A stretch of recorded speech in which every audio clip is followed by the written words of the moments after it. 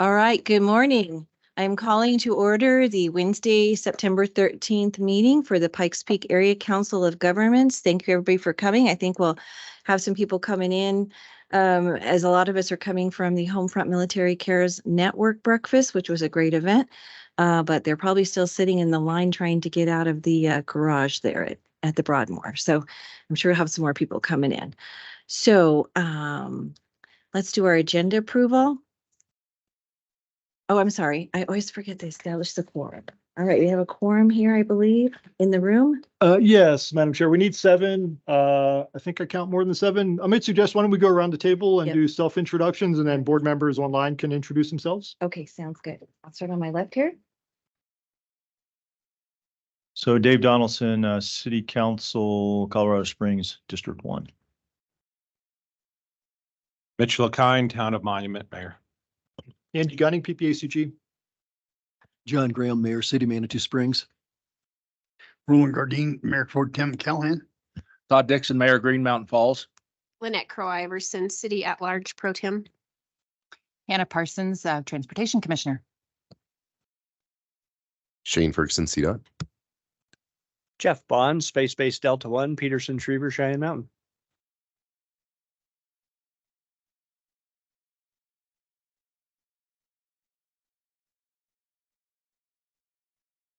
Eric Stone, Teller County Commissioner. Okay, and online, it looks like we have Holly Williams. Holly Williams, El Paso County. I do apologize, under the weather this morning. Well, thanks for staying home. I hope it's only a temporary thing. Yeah, Dick Elsner. Yeah. Dick Elsner, Park County Commissioner. I wish I could be there, but I ended up being double and triple booked this morning. So it's kind of one meeting to the next to the next. Well, thanks for making time for us. Kelly Case. Good morning, Kelly Case, Mayor Pro Tem, Woodland Park City Council. Thank you for having me this morning. And Glant Havenar. Glant Havener, Mayor of Palmer Lake. Thank you. I am online this morning. All right. Well, thanks everybody for joining us, either in person or online. And anybody else that has popped in? Madam Chair, that looks like that's all the board members present. Okay. All right. Great. Thank you very much. Well, if anybody pops in, I'm sure you'll let us know. All right. That takes us to the agenda approval for today. What would the board like to do with that? Mayor Dixon, I'll move approval. You want a second? Okay, we have a motion and a second for the agenda. All in favor, say aye. Aye. Any Aye. opposed? All right. Thank you very much. It takes us to public comments and presentations. We have a recognition for Lisa Hickey, who has been our transportation commissioner for the last few years. Sure. And as I indicated a couple of weeks ago, former Commissioner Hickey was not reappointed to a second term. I asked if she was able to be here this morning, but I don't see her online and clearly not here in person. So I think we worked up a proclamation, and we can maybe hold off on that until the subsequent month when she can make it, so we can say thank you and farewell, but thank her for all the good work that she did for us as our state transportation commissioner. But happy to segue into the next item, where we do have a new transportation commissioner, as I mentioned, Commissioner Hannah Parsons. And yeah, really pleased that Hannah was able to make it here this morning. Welcome, Hannah. You want to take a couple minutes and tell us about yourself? I'd be happy to. First of all, thank you for having me. I'm excited about the role as Transportation Commissioner. Several of you I've met historically through work at the Colorado Springs Chamber and EDC, both on their board and then working in. So it'll be good to work with all of you again. And I look forward to meeting the rest of you and working with you as we go forward. I have maintained some of the work in the public sector that I've from a board and volunteer level over the years, but for the last almost 4 years now, I had returned to the private sector and joined an early stage tech startup. So that's been a lot of fun. So I still maintain my position there as COO. We work in remote monitoring cameras and sensors throughout the entire country. So we work with a lot of rural America. So it's kind of I feel like there's a nice kind of bridge between what I do in my day-to-day job and then this as well. I serve on a couple other one other state board and other community boards, and am an open book. So please feel free to contact me. I look forward to meeting with you all and joining Shane on a tour of all the projects. So just thank you for letting me be here today. All right, welcome. We look forward to getting to know you. Anybody else? Commissioner Williams, I'm just really excited to get to know Hannah too, and it'll be fun to work with you. Thank you. Thank you. Yes. Yeah, thank you, Madam Chair. And Hannah, very nice to meet you, Eric Stone, Teller County Commissioner. Commissioners in Teller County had set up a meeting previously with Commissioner Hickey that ultimately ended up getting canceled when she wasn't reappointed. Would certainly like to follow up on that with you at some point, get you up to Teller County and kind of point out some of the things that we're working on, some of the concerns we have in the future. But again, welcome on board and very nice to meet you and look forward to working with you. Thank you. Likewise, I have orientation next week, so I'll be up at CDOT for 2 days, Wednesday and Thursday next week, and then happy to start taking meetings and come visit anybody who wants to go ahead and calendar it out. We'll set the dates. Thank you. All right. Anyone else? Okay, well, welcome. Look forward to getting to know you, just like Yolanda said. All righty, that takes us on to item 3C, public comments.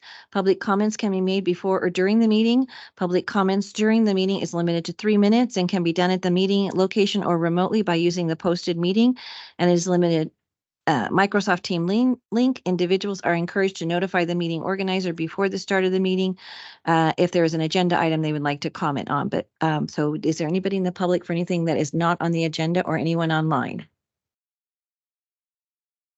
So, Madam Chair, we did not receive any advance requests for public comment. While we wait for anyone in the room to come up to the podium, I will ask anyone online who'd like to provide a public comment to please use the raise hand function in Microsoft Teams. And seeing no hands raised online and no one at the podium. All right, okay, that will move on to item. I'm sorry, Madam Chair, just one item I wanted to mention, but was going to wait until see if there were other public comments. Just wanted to make 2 staff introductions. We have 2 AmeriCorps Vista. I hesitate to say volunteers. They're volunteers to us because we don't have to pay anything, but they're going to be with us for the next 12 months. Want to introduce Sylvia Aguaya. Am I pronouncing that right? Ayala, I will get that right after the end of your 12 months probably. And Ryan McMahon, they're both joining us through the AmeriCorps Vista program, amazing program. We have them on board to work on a couple of specific projects. Sylvia is helping us out with our SEDS Economic Development Strategy Plan and also our Regional Futures Forum that we're going to brief the board on here in the coming months, making some good progress there. And Ryan's going to be working on traffic safety related issues. We're leaning into that as hard as we can. So really pleased to get the 2 of them on board and helping us for the next 12 months.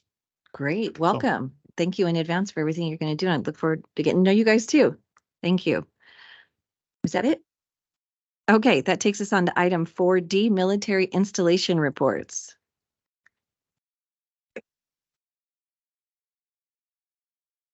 I'm just kind of waiting to let him get back.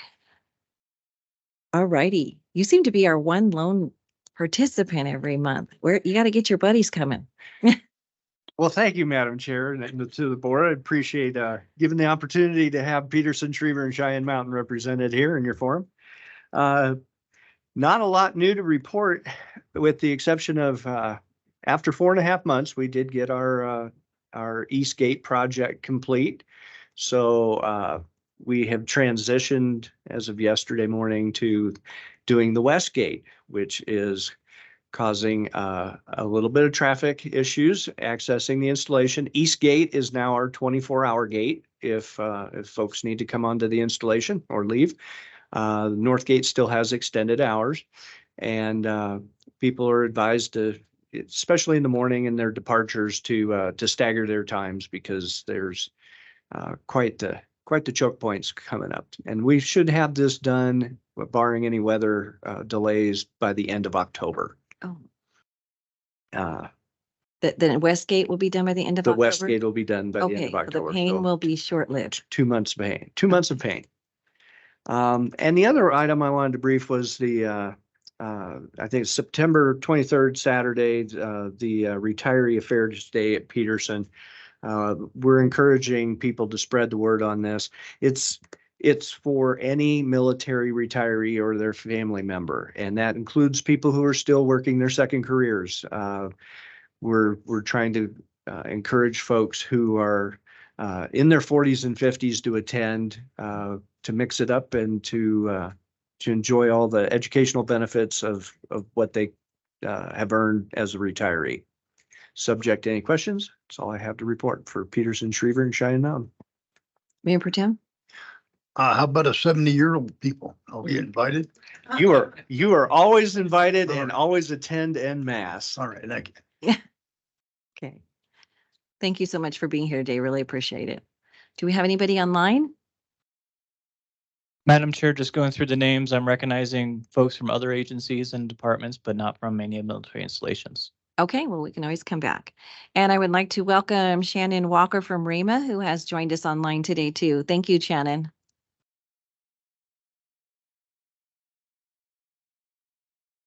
Okay, we will go on to item 4, consent items. We have consent items A through D. These will be acted on as a whole unless they're called up for discussion by a board member or a citizen wishing to address the board. What would the board like to do with the consent agenda? Madam Chair, move to approve the consent agenda. Eric Stone, Teller County. I'll second John Graham, Manitou. Okay, we have a motion and a second for approval of the consent agenda. All in favor, say aye. Aye. Aye. Aye. Any opposed? Okay, that takes us on to item 5, action items. Item A, air quality ozone update. Andy Gunning. Okay, thank you, Madam Chair. I will kick this off and like we did at the board workshop, go through the draft letter that we sent out to the board. I think you got a revised draft on Monday. We have hard copies. If anybody wants a hard copy as we're kind of going through this as well, just raise your hand and we can get those around. Cheryl's got copies of that. But a little bit of background. First, one item that you do have in your packet, and wasn't going to dig into this in great detail, but if you have any questions, our contractor who worked on the white paper that you have in your packet is with us today. We've been working with Dana Wojtak for the past year or so, air quality expert, retired last year from the state's Air Pollution Control Division, and has been super helpful as we dig into all these issues and challenges that we've been finding. But a really good background paper that you've got in the packet that describes the impact of going into non-attainment for air quality for ozone specifically, what some of the requirements might be based on other communities, what the cost impact could potentially be just based on other regions. And one that I'll highlight there is that we've been kind of pointing to a study that was done in the Oklahoma City region about a year and a half ago, where they estimated, kind of in the same boat that we are, that if they end up in non-attainment for ozone, it would cost their regional economy between $9 billion and $15 billion over about a 25 or so year period, which is that regulatory period roughly that we would have to comply with. So kind of a good example for us to kind of look to. And as a reminder, we'd like to stay within attainment. But we've had some challenges, obviously, and that's what we want to talk about today. We did brief the board, Dina and I, earlier this year. I think it was January, February of this year, on where we are with our ozone levels. Oh, and thank you, Jared. We have the chart here that shows the cost impacts. And maybe if we can scroll down to where we show the table of where we are as far as our averages for the past couple of years within our region. When we briefed earlier this year, we showed that that the federal standard of 70 parts per billion, that we're exceeding that the past couple of years. It's based on a 3-year average, and I think the numbers last year, thank you, from 2020 through 2022 were 74, so just a smidge above the 70 parts per billion standard that EPA has in place for ground level ozone. One thing I need to emphasize is I know there's confusion and conflating ozone and greenhouse gas emissions on occasion. This is separate from greenhouse gas emissions, although if we do see reductions in one pollutant for GHG, for instance, that also does help us on ground level ozone. But just want to be clear that we're talking about ozone, which is one of the regulated pollutants under EPA. I think there's 6 of them. Overall, we were in non-attainment for carbon monoxide for a 20+ year period, but we're now in the final stages of getting that off of our backs. And so we've demonstrated that we've been able to come back into compliance with one of the EPA regulated pollutants around carbon monoxide. But the one of concern now is ground level ozone. So when we briefed the board earlier this year, we talked about how it's a really complicated pollutant. It comes from a lot of different sources, man-made sources, naturally occurring, where it actually does come off of vegetation and blends with the sun and then creates ground level ozone. Wildfire smoke is a contributor, but it's transported. It's one of those pollutants that does cross boundaries, obviously, and can move across, from one region to another, or from one state into our state, or even internationally. So it's little bit of a challenge from that standpoint. I think when we briefed earlier this year, we had figures that kind of identified that the level of background, if you will, ozone that we don't control but goes into our two monitors was about, I think, like 70 to 75%. The more we've dug into it, we have reason to believe that could be even a little bit higher, and we'll get to that in a minute in the draft letter that we've got. But when we brought that up with the board earlier this year, everybody was rightfully concerned about that and said, yeah, we're willing to do our part, but what do we do about these other externalities that we don't have any control over? So we kind of puzzled over that a little bit, and recalling that we actually have an informal group, if you will, that we work with periodically called the Intermountain West Metropolitan Planning Organizations Group. Doesn't have an official name really, but it's a group of MPOs similar to us that we get together and exchange information and try to speak with one voice when it makes sense. Anyways, I raised it with that Intermountain West MPO group earlier this year, and I said, who's having trouble with ozone? And most hands went up.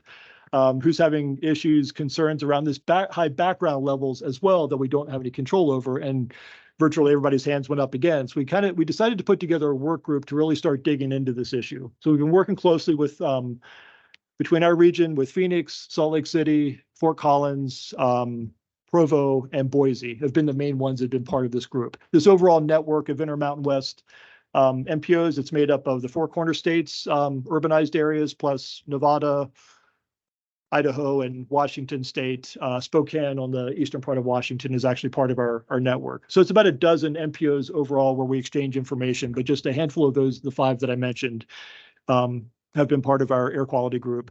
So puzzling over this a little bit, a change, if it's going to be made, or if any policy direction that can help us in this regard is going to happen, it really needs to come from EPA. So kind of where we landed for now is we need to kind of put some pressure on EPA, quite frankly, and let them know that we're all dealing with these really high levels of background across our regions, and would like to see some ways to try to figure out a path forward in this regard.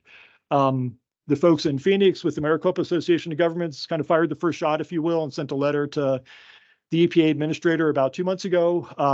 So we're following on here with that and really emphasizing kind of the same messages. And with that, we'd be happy to go through the letter. We're not going to go through line by line, but maybe section by section and kind of highlight some of the key themes that are in here.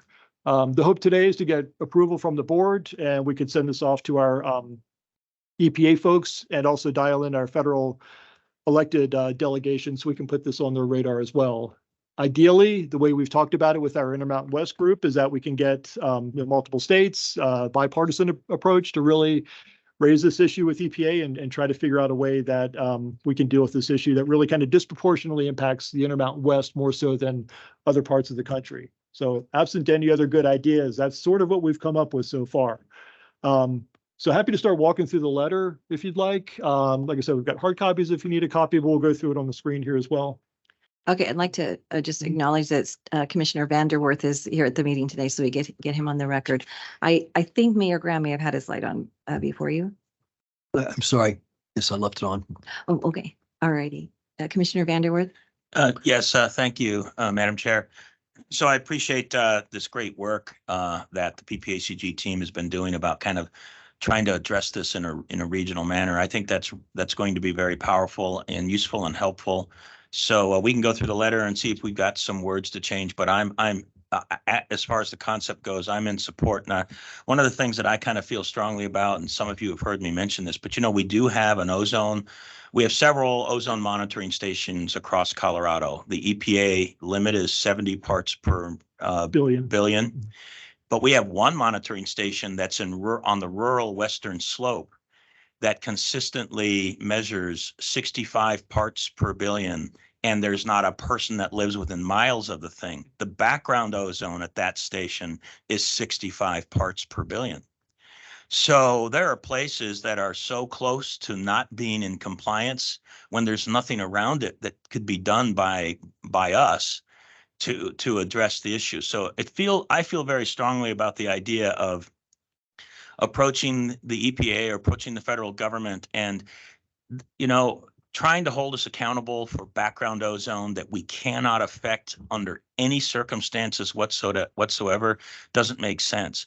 holding us accountable to our own pollution is perfectly fine. I think that's outstanding. So it feels like a better measure for me, and I don't know what the right number would be, but basically removing the background ozone numbers from what the monitoring stations call, and then holding us to some kind of standard of like 20 parts per billion, something like that, where we can actually have an impact, we can actually do something about it, seems like a much more logical approach to me. Otherwise, what'll happen is, mountain background ozone is higher than lower altitude background ozone. So the East Coast gets a broader range where they don't have to do anything, and the mountain states have a tighter range, which forces the mountain states to actually spend more money, and they'll be spending money and not really getting anything for it, because there's very little we can actually affect. So I just feel like we've got to have an engagement,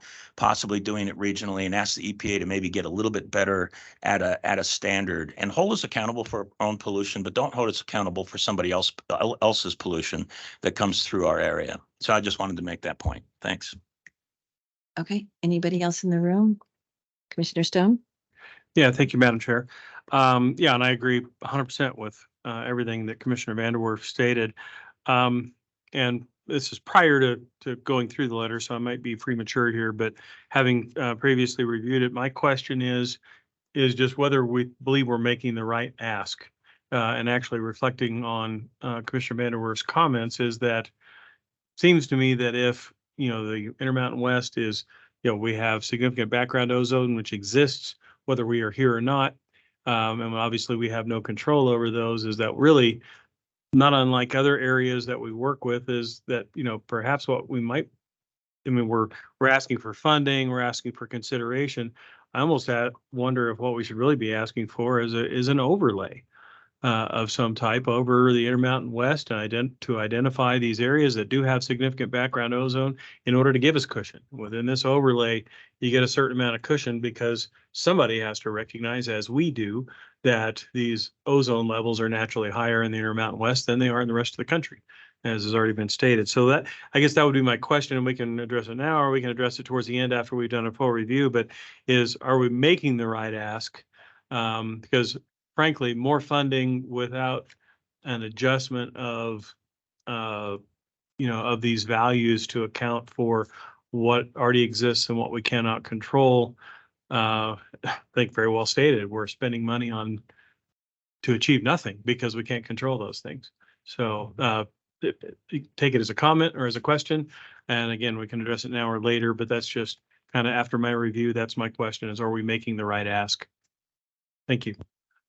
Okay, any further discussion in the room, or I'm not seeing any hands raised online? Mayor Pro Tem? Yes, ma'am, Madam Chair. To expand on what you just stated, sir, during the 70s and 80s, whenever we had the brown cloud, and we actually went after this very thing we had a common purpose to go after. Right now, it seems like it's such a general area. Everybody has got so much gray area that they trying to compile it, and we are actually trying to compile it. But what items are actually, even our low percentage, are we contributing? What is the actual item we can focus on? And I don't really see that. Now, before it was traffic, we got rid of the brown cloud, but yet it seems to be more politically motivated than the actual facts coming out. And to me, there's a lot of gray area here. Okay, anyone else in the room or online? All right, Mr. Gunning? Well, and I appreciate the comment, a lot of gray area. This is it's a confusing and challenging issue on multiple levels, technically and from a policy standpoint and politically and so forth. And actually getting back to Commissioner Stone's comments, the reason that we so far haven't landed on a specific ask, and we've talked about that with our Intermountain West work group here, is we wanted to just start by opening the door for a conversation more than anything. We're going to get a lot of pushback. And I think if we came in with a couple of specific things, we are developing a list of specific measures that we think ought to be considered.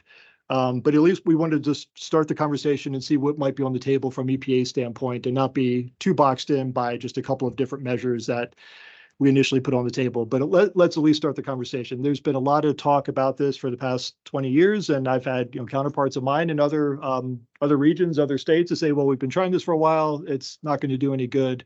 And I think the handful of us that are kind of leaning into it now think it is much different now. 20 years later, there's been a real big emphasis on cleaning the grid and cleaning our transportation system while there's economic development in other countries and elsewhere. So it's a much different challenge right now, but we're not presuming to know what all the fixes, solutions might be. We've got some ideas specifically as you start to dig into the Clean Air Act.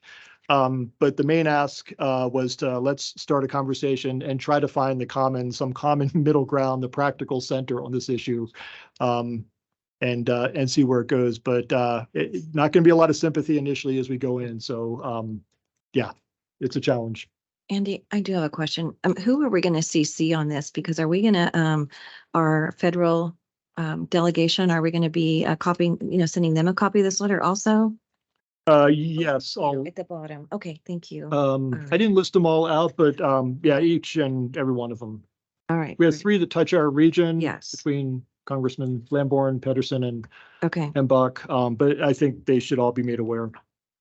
And also I will mention as well, I mentioned that the Fort Collins MPO is kind of part of this air quality work group. And my understanding is they may be working on something as well to put some more pressure on our state, our federal delegation members from our state. Okay. And Madam Chair, Yes. just if we do get to a point where we can agree to approve this letter to go forward, we do have the DC fly-in next week. So several of us, including myself and others that will be there, will have an opportunity to speak to the senators and also the delegation staff that we now have this coalition of the Intermountain West and are very, very interested in a dialogue. And, we want it to be a friendly dialogue. So, we'll start with that premise. But I just come back to this. I think to Andy's point, Commissioner Stone and Andy, everybody's got great points here. We want to make sure we know what our ask is. That is true. But I'd say at kind of the start here, we want to start doing something with the Intermountain West, get a letter going forward. We can kind of go to the top of the letter and see what it says as far as, the ask. But we might not want to do a double barrel shotgun blast at the beginning. And we might want to start with producing a relationship with the EPA and then get into this conversation. And I think finding other partners around the country, I'd say probably the entire mountain region will have a similar sentiment like this. And it's my understanding, Andy, that the partners that you have been working with absolutely see this, absolutely recognize this, and completely agree that there needs to be something done because basically mountain states are being punished more so because of the background ozone that's different. So that's my sense of it. Mayor Dixon. Yeah, not only do you want to develop a relationship see with you the got EPA folks, but you also probably need to start developing relationships with the staffers of the Congressional Oversight Committee. Because that's what we did in my previous life. We always courted the staffers, so to speak. And, if you can get the message to them, then they will tend to carry it on to the elected officials. Thank you. Yolanda. Thank you, Madam Chair. So this is really complicated because I get confused with the greenhouses and the ozone and what over some of the pollutants overlap. Do they, Andy?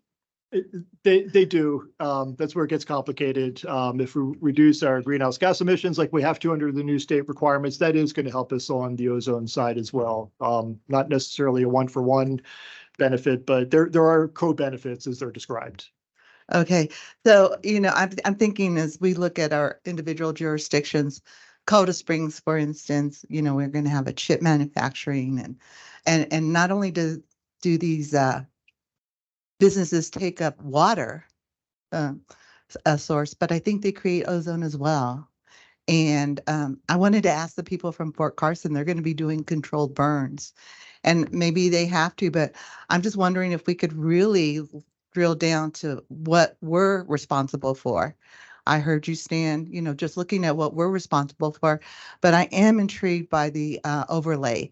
And the reason is a lot of times we get these letters and I'm thinking, what's the ask? I don't really get what the ask is. What do you want me to do? And being really specific is like, we want this overlay and for these reasons, 1, 2, 3, 4, 5. I find that clarifying and very interesting. So I wanted to bring out the point about our jurisdictions and knowing about the greenhouse effect, knowing about the ozone, maybe a little bit of the difference, maybe a lot of the difference. But I'm looking to where we can, as Dave's here and Lynette's here, and we're talking about these different issues and companies coming in that we incentivize to come in. So I think we all have to really work together and do our different parts. Those are my comments, and it's really complicated. So I really appreciate the work you've done on it and that everybody's been working really hard on this. Thank you. And I would like to record to reflect that Commissioner Bremer, thank you for coming today. All right, Mayor Pro Tem. Yes, Madam Chair. I want to tell Andy, I really appreciate it. This is a complex issue, like you stated, and I like the way that the level-headedness and the common sense that you're approaching this. Because it's the beginning of the dialogue, but man, it's still so much information. But I want to tell you, thank you very much. Okay, any other questions or comments in the room or online? All right, Mr. Gunning. A couple of comments before we start kind of diving in, and again, not going to go through line by line, but I'll just hit some of the highlights. But a couple of things wanted to mention, two overarching themes, and it sort of came up in the conversation so far. We're asking for, we're letting EPA and our delegation know that, we're doing a lot already as far as emissions reductions. And for us, that for our biggest sources that contribute, it's energy production and transportation. Actually, transportation is probably the biggest contributor to those precursors that cause ground level ozone, but there's a lot of work that we're doing. But we acknowledge in here, and I'll point this out as we go through it, we acknowledge that there's a lot more that we need to do and that we're committed to doing. So I just wanted to be really clear about that's hopefully coming across not just to us, but to EPA. And the second part, again, I mentioned this, that our basic ask is that we're going to keep doing all these other measures and new measures, but that's not going to be enough. And that's where we simply need EPA's help to open the door and try to find some other common ground solutions here. So just wanted to mention that. There was a mention about making sure we build a good relationship with EPA staff members and delegation staff members. And before I forget, I wanted to mention this at some point, that I know the Arizona delegation, who's been kind of leading on this, especially from the Phoenix area, is Senator Mark Kelly from Arizona, Senator Kristen Sinema. Apparently they're wanting to actively engage on this. I think Senator Kelly is the one and only within our Intermountain West region that serves on the Committee of Jurisdiction over the Clean Air Act. And he's held, I know, a couple of hearings on it so far back in Arizona, but he needs help. So I think that's part of what we would end up doing through the DC fly-in and others to try to get our delegation members, not that they need to do anything heroic, but engage with those other members that are already actively involved in it. So just wanted to mention that as well. So opening paragraph is just background on who we are and why we exist. And we do point out that maintaining clean air and a healthy environment is a priority, and that part of the reason that we were founded as a city is around those suffering from tuberculosis. So that's kind of shaped our city as it is today. And we're home of, we're Olympic City, USA, and home of Space Command. So we want to protect all of our residents. Next section, measures our region is pursuing. Just kind of point out some of the good things we're doing here. We are part of, I've mentioned this before, part of EPA's Ozone Advanced Program, which requires us to identify measures that we're trying to lean into that keep us within attainment. Mentioned the clean energy plan developed by Colorado Springs Utilities and other work that's being done there to retire coal burning power plants. Mentioned the transportation emissions reductions as well. We point out in here the zero fare transit service that's been wildly successful in the region for the two entities that have taken advantage of that. Point out that our Regional Transportation Authority has a dedicated portion of our fund for transit service, and that's not going away. It doesn't have a sunset provision.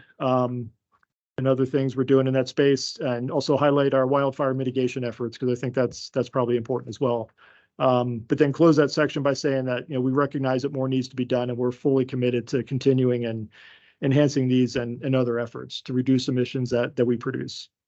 Okay. Next section gets a little bit wonky, and I might need some help from Dina, where we get into some of the technical details, but we thought this was really important to point out our ozone levels and where they're coming from based on data that's available. Point out initially, we're still in attainment officially. The first table in there just shows our numbers over the past couple of years. Let's scroll down to the second table. That shows the 3-year average. I think we've looked at this earlier, but yeah, we don't have numbers yet for 2023, so we don't know exactly what that 3-year average 2021 through 23 is going to look like.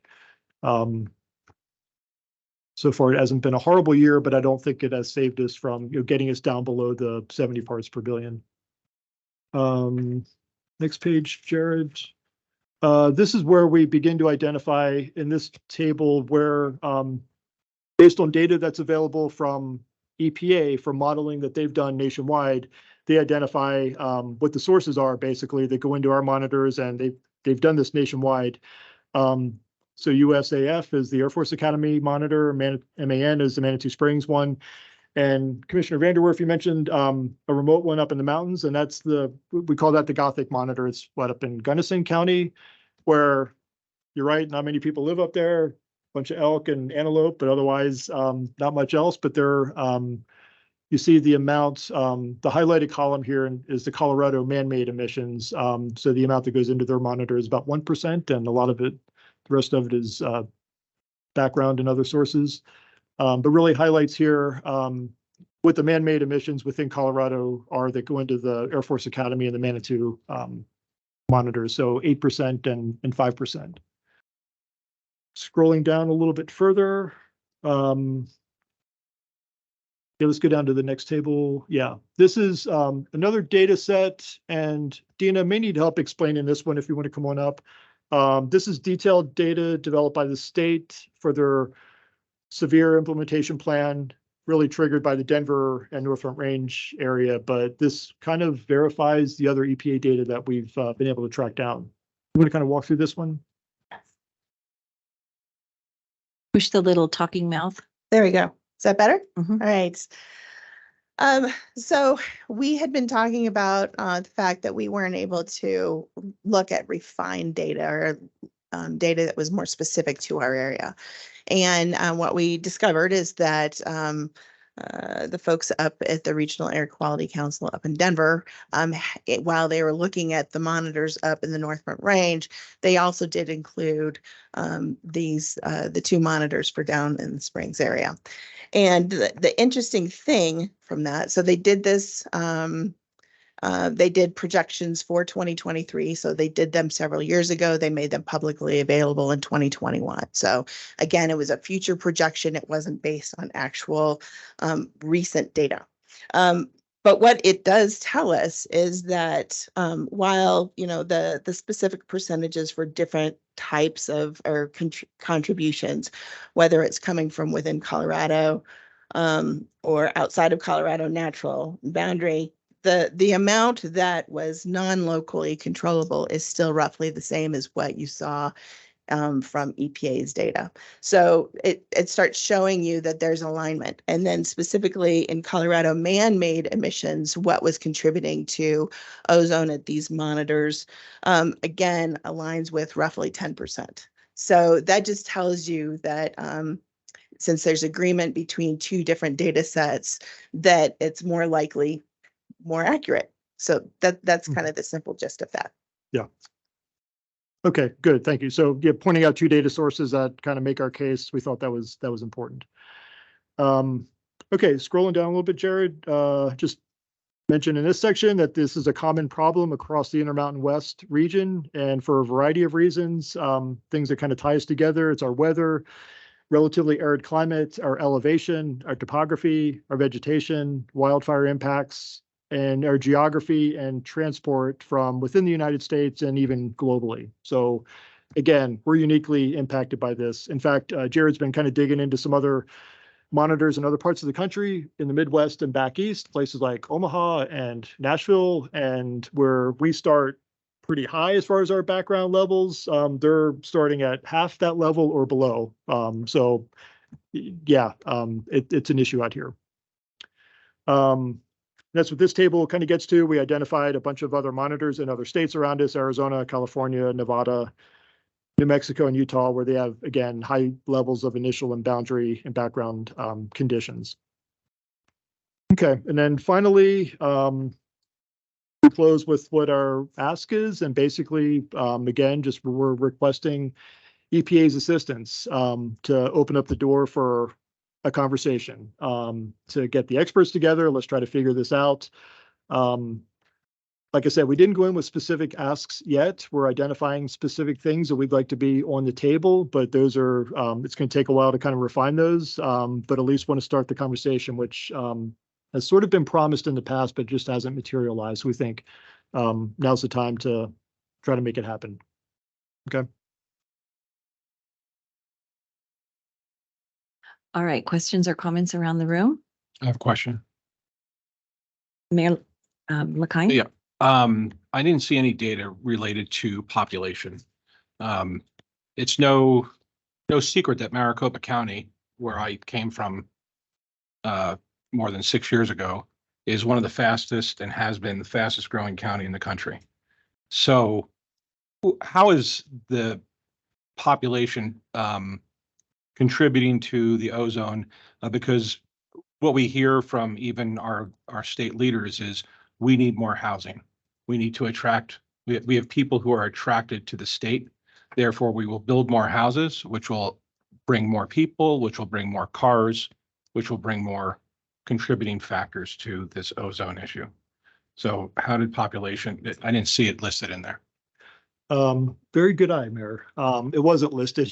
Dina, come on up, because I'll need help with this. And we specifically did not get into population, not that we were trying to avoid it, but I think it is a little bit more of a challenge for a growing region than regions that aren't growing, but still, that wouldn't change the circumstances with the background issues that we're dealing with initially. But yes, we have to take that into consideration as we grow, and how can we try to reduce the increasing rates of vehicle miles of travel and things of that nature, by investing in more transit and reducing the need for various trips and so forth. But it's complicated. I don't know, Dina, anything you can add? So population gets built into like the emission inventory, the data of where the emissions are coming from. So what they do is they look at industries in the area and how much that industry is contributing based on what they're reporting, what they're monitoring with any continuous emission monitors. That information gets built into an overarching inventory. But there's also emissions that come from, transportation, like vehicles, miles traveled. That kinds of information gets tracked and then gets built into the input data that goes into the modeling that gives you these results. There's also data based on, population for, emissions from, lawn mowing and things that we do at our homes, things that, consumer products that we're purchasing and using and that kind of thing. So all of that gets put into that upfront data that gets fed into these various models that kind of spit out this result. So it is built in there, but there's no specific correlation. What we could do is go back and look, there's a comparison and we've talked a lot about this. We have an adjacent area, the Denver metro area, that is currently non-attainment.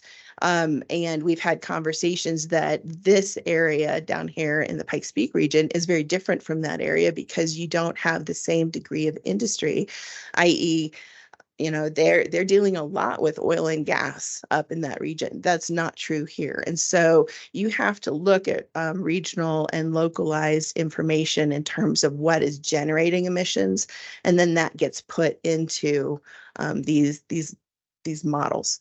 Does that help?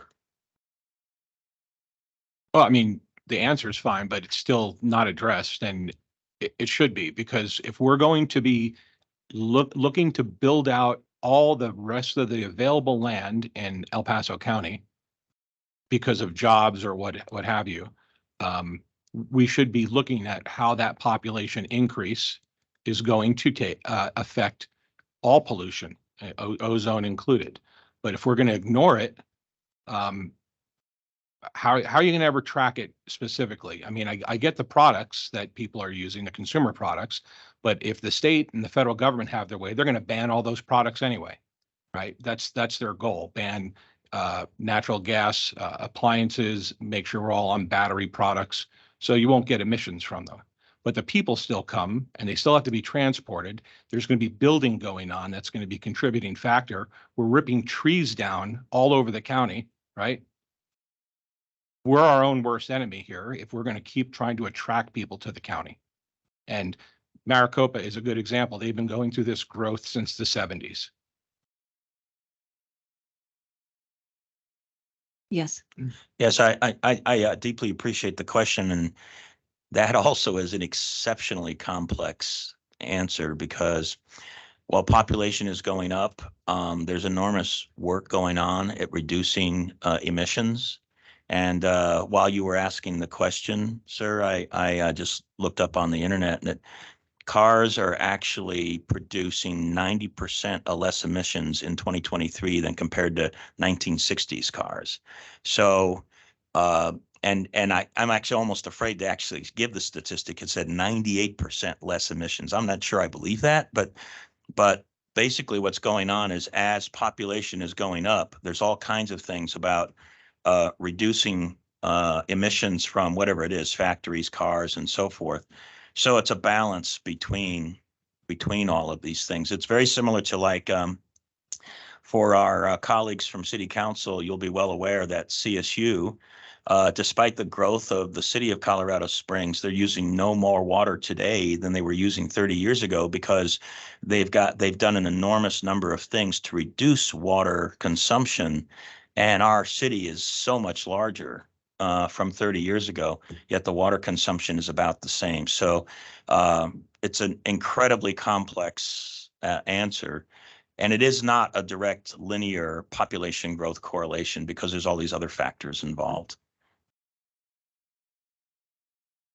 If I could, Madam Chair, just two somewhat tangents, but related. What the letter that the folks from Phoenix sent to EPA to kind of get this started as well. It doesn't directly answer the question, but the Phoenix metro area is between 4 and 5 million people, I think.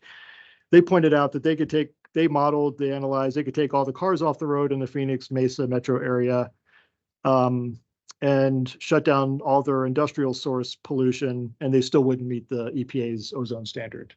So it is tricky, and I don't know exactly how they arrived at that, but they've got resources that can analyze these sorts of things. But the other thing I wanted to mention as well, I mentioned our Regional Futures Forum earlier, but one of the conversations that we've talked about here and that we're trying to figure out, is there a space for this, is how do we grow? We're going to hit 1 million people at some point by the year 2050 or thereabouts, while we're also meeting these requirements around air quality, around our greenhouse gas emissions and transportation demand and all of that. So that's the very conversation that we'd like to start having at some point, but it's difficult.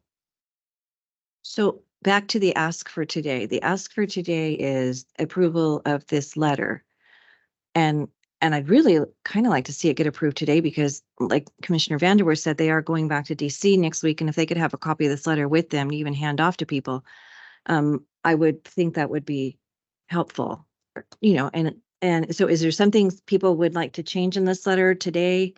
Wording, something you want to add, something you want to take out so that we can move forward on this today?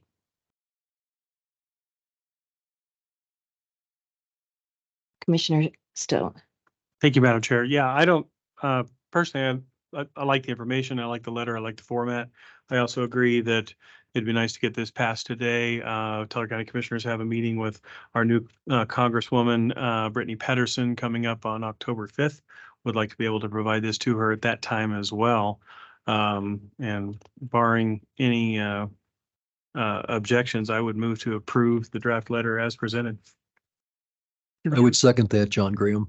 Okay, we have a motion and a second for approving the letter as written. Is there any further discussion? I'm not sure. We'll go with Councilmember Avila first. Oh, I was ready to say aye. Oh, okay. And that's all I was doing too, getting ready to say aye. Okay, all right. Thought we are gonna have a little robust discussion here. So, all right, any discussion of the motion? Okay, all in favor, say aye. Aye. Any opposed? Okay, the letter is approved. All right, that takes us on to item 5B, FY 24-25 Unified Planning Work Program Adoption, Danelle. That is not Danelle, That but is it's not rather Danelle. John, and All Mr. right. Leosados is going to handle these next two items. All right. Yeah, for those of you who watch soap operas, today playing the part of Danelle Miller will be John Leosados. Thank you, Madam Chair, members of the board. By way of background, since some of you are new, one of the many different grants that we administer as the Council of Governments is the federally required Metropolitan Planning Organization, or MPO, Transportation Planning Grant, under which we do the TIP and the long range plan. And it is for the sort of the urbanized area. I know there are some that would like us to have the entire region, but it is only sort of the urbanized area as defined by the census, which basically is Colorado Springs, Manitou Springs, have a little swirl cactus arm up through Teller County to Woodland Park, a Monument, and other areas. As part of that, the feds say, hey, we're going to give you planning dollars to produce these plans and other related activities. Part of that requirement for those dollars is that we develop every 2 years a unified planning work program. Basically, it lists all the money that we get, all of the things that we're going to do, and how we're going to actually make all those things happen. So that is the item that's in front of you today, as we are looking for approval for that item. Again, I think you had a robust discussion on the last item, so I'm going to try to just kind of hit the highlights here, let you save time for you to ask me questions, so that way we can move the meeting along. This is the second time you've seen this. We brought it back. We brought it to you back in July. You approved it for a 30-day public comment period. Not surprisingly, because we don't often get comments on this document or other documents that are similar to it, we received no comments. So the version that you're looking at now is substantially the same document that you saw before. We did adjust some of the dollar amounts, I believe, for adjusting some sort of office and software purchases, given some of the new things that we're doing. But other than that, the dollar amounts stayed the same. It just, we sort of moved some stuff around. TAC and CAC both reviewed the UPWP in August, and is now in front of you for your adoption, hopefully. We do have Bill Haas from FHWA on the line. If you do have any specific questions of FHWA and why we do this wonderful document, I'm sure Bill can help us out with that. But otherwise, hopefully a short discussion and approval. All right, do we have any questions or comments for John on this agenda item? See any hands online?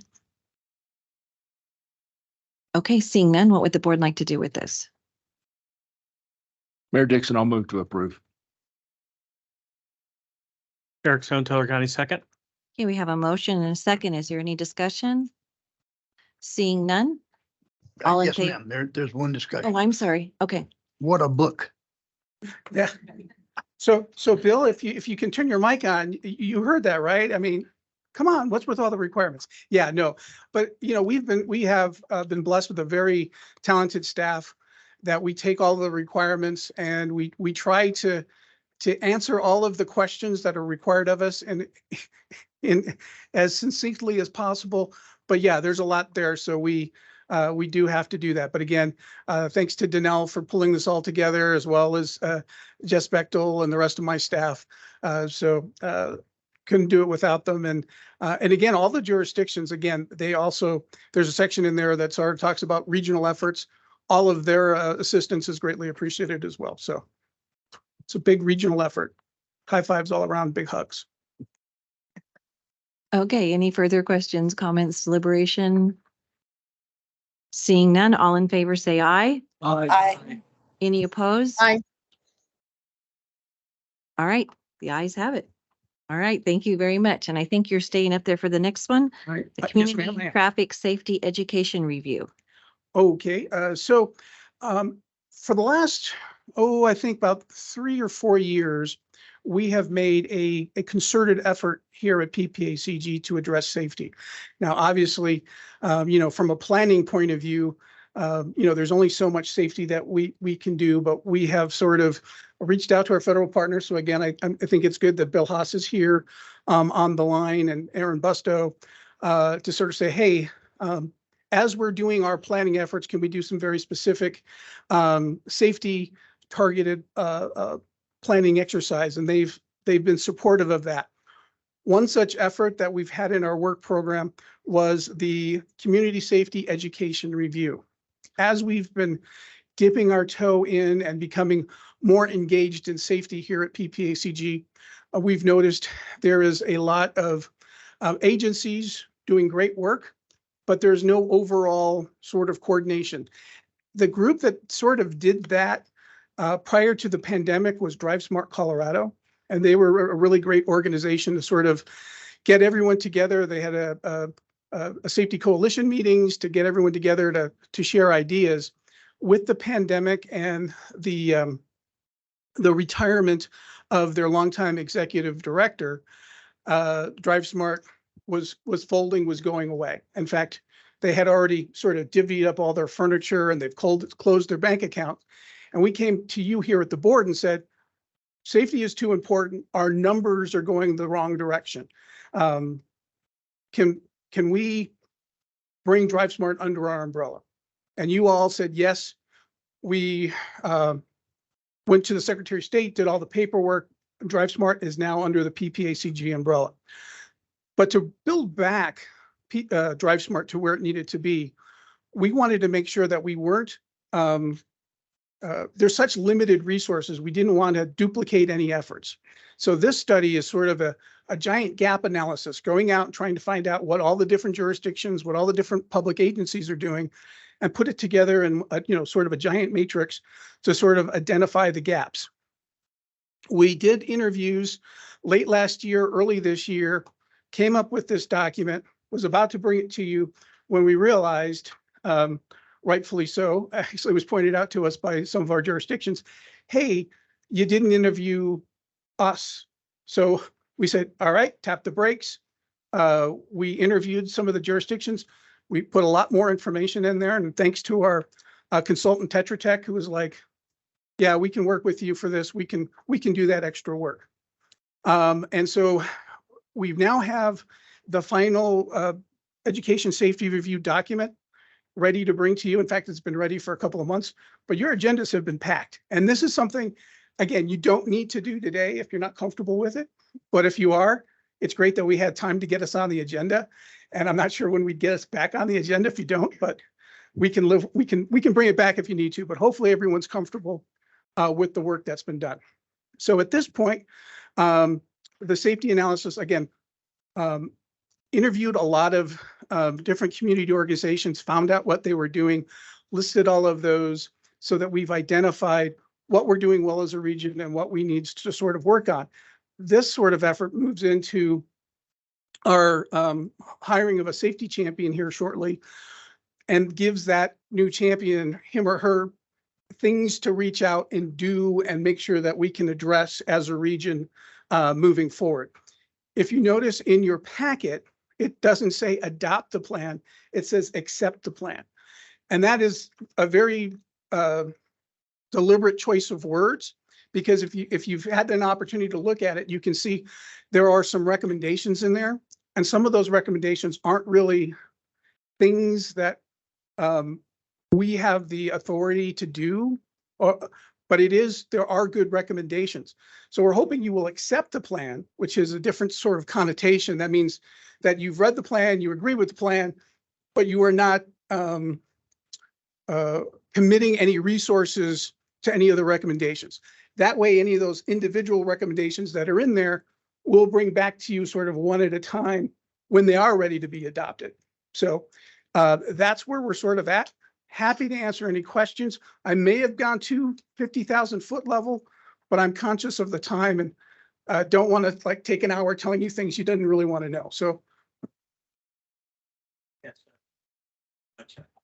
I'm ready to accept the plan, but I do have some comments. I actually really like the section 3, which is a list of recommendations. So if you haven't had a chance to review section 3, there's a pretty robust list of things to recommend to do, and this includes driver safety training, but also advocating for stronger child restraints, and applying safe streets and roads funds. But I also know that, the two biggest requirements that I think should apply to infrastructure, one is safety and one is efficiency, the ability of people to get from point A to point B in reduced amounts of time, because that's value to a person's life, both in business and for personal. And we've talked about this extensively. You recall we've had lots of conversations. I've had a real strong interest in infrastructure and transportation modeling, because if you've got a good modeling approach, you can actually do 1,000 what ifs. And say, for example, if you've got an intersection that has a lot of accidents, it might not be that the intersection design is bad. The intersection design might be good. The problem might be that it's overused. So what you could learn from that is if you build another road to reduce the pressure on that intersection, you might actually reduce traffic accidents and make your roads safer, and also at the same time improve efficiencies for drivers, because now you've got another way to get from point A to point B. So I don't really see the concept of modeling. Maybe it could be inferred in one of these, but I just think we need to keep pursuing an improvement in modeling. And I know you've made some gains in that, which I think is great. So with those 2 points, I do see under issues and barriers, lag times in refining traffic data. What page? That's are you kind of on? interesting. That slows things down for us to figure out how to do better design. What page are you on? Oh, Do you I'm know? sorry. The lag time in refining traffic data is page 117. That's point 2.1, and it's the first bullet. And then I also see under 2.2, strengths and opportunities, and it does say that the federal Safe Streets and Roads for All programs, which launched in 2022, has $5 billion available for distribution. So, I'd say modeling, if that can be inferred through these recommendations, that's great. There's money at the federal level. I'd be just interested in knowing, are we going to pursue grants from those dollars to maybe robust our ability to evaluate our own roads, or maybe even, get a road done, or, whatever. Just those kind of questions. So on the grants, how about that question? Madam Chair, members of the board. So yes, so you actually had a couple of questions in there, and amazingly, I think I might be able to answer, at least touch on all of them. As far as the grants, one of the big issues with the federal Safe Streets for All is that you need to be in a certified plan. And so we as a region, not we as PPACG, but we as a region, because quite frankly, Woodland Park did a lot of the heavy lifting, has put together a grant to actually do a certified safety analysis. It has a very specific name, and I'm butchering it. But you basically put together an analysis plan, and then once you're listed in that plan, that sort of opens the spigot for other federal grant opportunities. We have put in the application for that, along with, we being PPACG could not put in for that directly because we could put in for the federal money, but we couldn't put in for the state match through the Dola Loma program. Woodland Park stepped up, became the applicant. They went after the Dola Loma funds, which I think they have received a tentative approval. So now if the feds approve the other grant, we basically hire a consultant, will come in, they'll meet with all of the jurisdictions, and they will put together this certified safety plan that, again, all of the jurisdictions will have listed. The one caveat to what I just said is, the only exception to that is Colorado Springs. They have their own separate grant process that they're going through, and they opted out of the process when we put it together. But right now, that is almost through the process, and it's looking favorable. So we'll see. So hopefully that answers the grant question. Again, projects that are listed in there have a leg up moving forward. You had mentioned the modeling. So with safety, there's predictive modeling that we can do, right? So often, there will be an incident, and everybody, someone will get injured crossing the street or something, and everyone will sort of be up in arms and say, hey, we need to do this. I think the best thing to do is for me to give an example back in Tucson, because that way I'm not upsetting anything that happened here. But a child was crossing in a crosswalk to school. A motorcycle got impatient, decided he was going to whip around all the waiting cars, hit the child in the crosswalk, and killed them. Such a big uproar happened that we rearranged our program and we moved money around, and we put a traffic light at that intersection. However, when you look at the data, that was a one-time sort of a fluke sort of thing.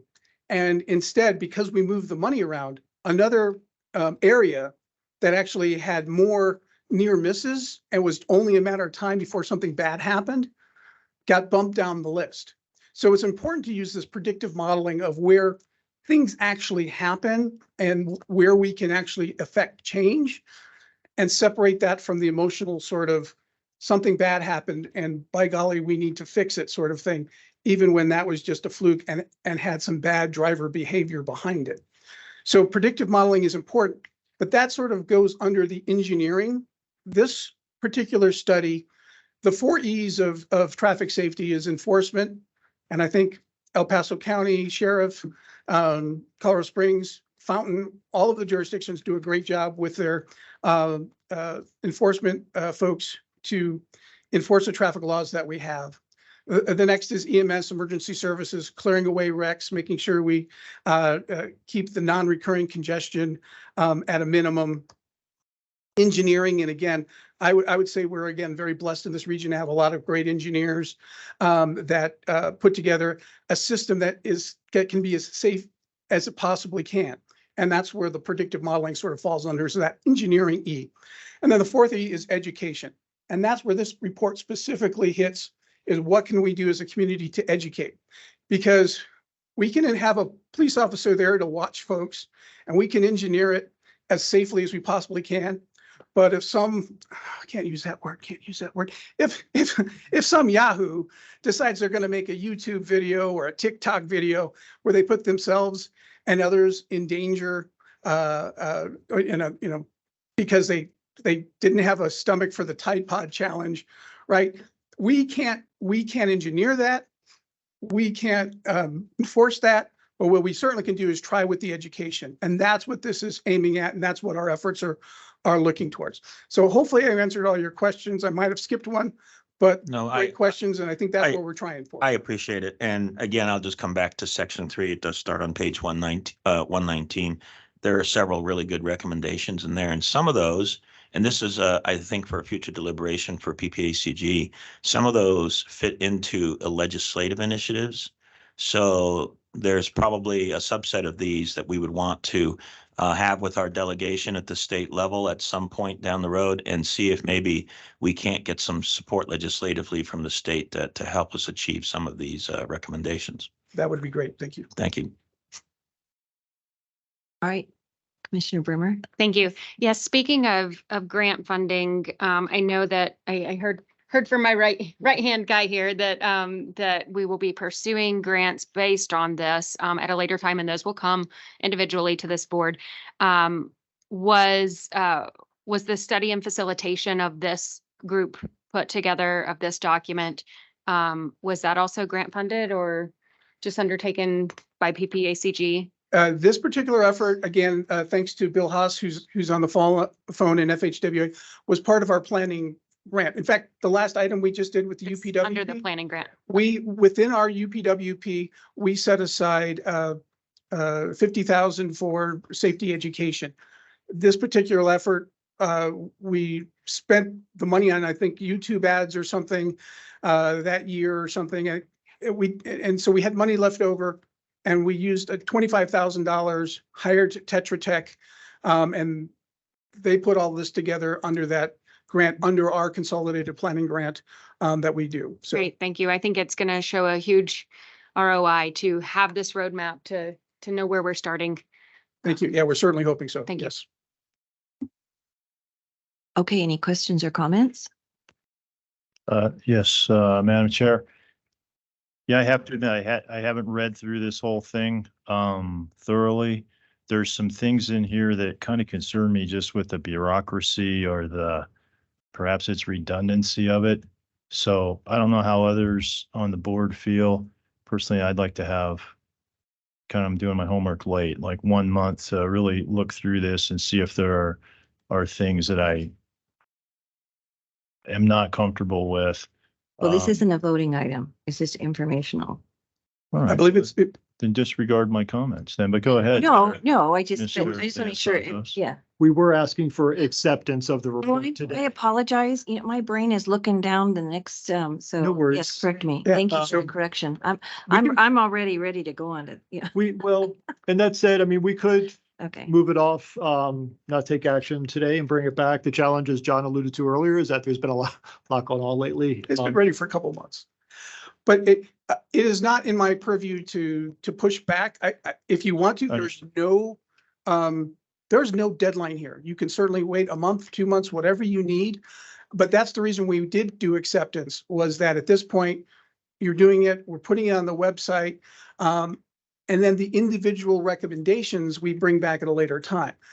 If that doesn't give you comfort, then yeah, delay it and we'll bring it back at a later date. That's fine. I would just ask for that 1 month. I'll get my questions answered. What's the phrase? Whatever we always say. Offline. Offline, thank you.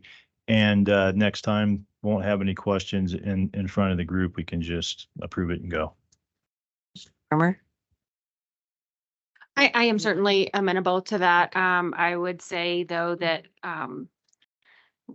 this, to me, an acceptance symbolizes acceptance of a community-based report on where we are right now. And we can't change the facts or the recommendations that, a pretty diverse group of people put together. That doesn't mean we have to do anything policy-wise with it or accept any of those recommendations. So I guess I would like to see two things separated out, but it's also not worth having any one member not feel comfortable if it smooths out the process going forward. So I just needed to say my 2 cents on that. Commissioner Vanderwood? Yes, thank you.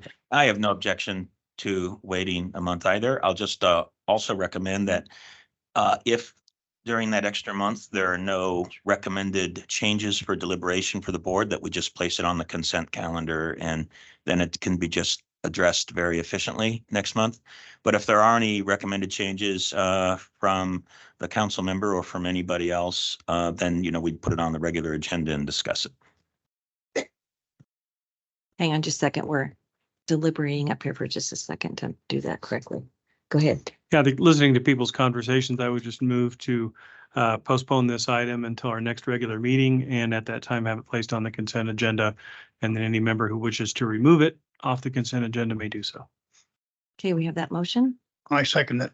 Okay, we have a motion and a second. Any further deliberation?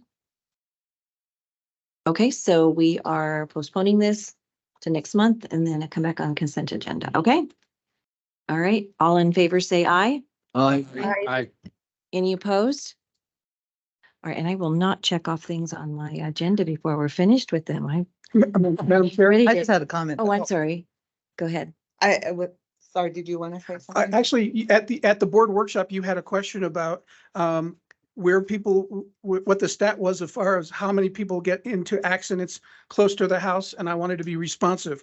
So Jared and Jason looked it up on the NHTSA website. It says approximately 52% of all car accidents occur within a 5-mile radius of home, and 69% of all collisions happen with a 10-mile radius of home. So you had a specific question, wanted to make sure that we were responsive, and we got you an answer. Thank you, John. I was really curious about that. So I really appreciated this report. It's a critical issue now that I think we have the most fatalities. I mean, the average is we're above the average, I think, in the nation. And in El Paso County, we're not doing that great.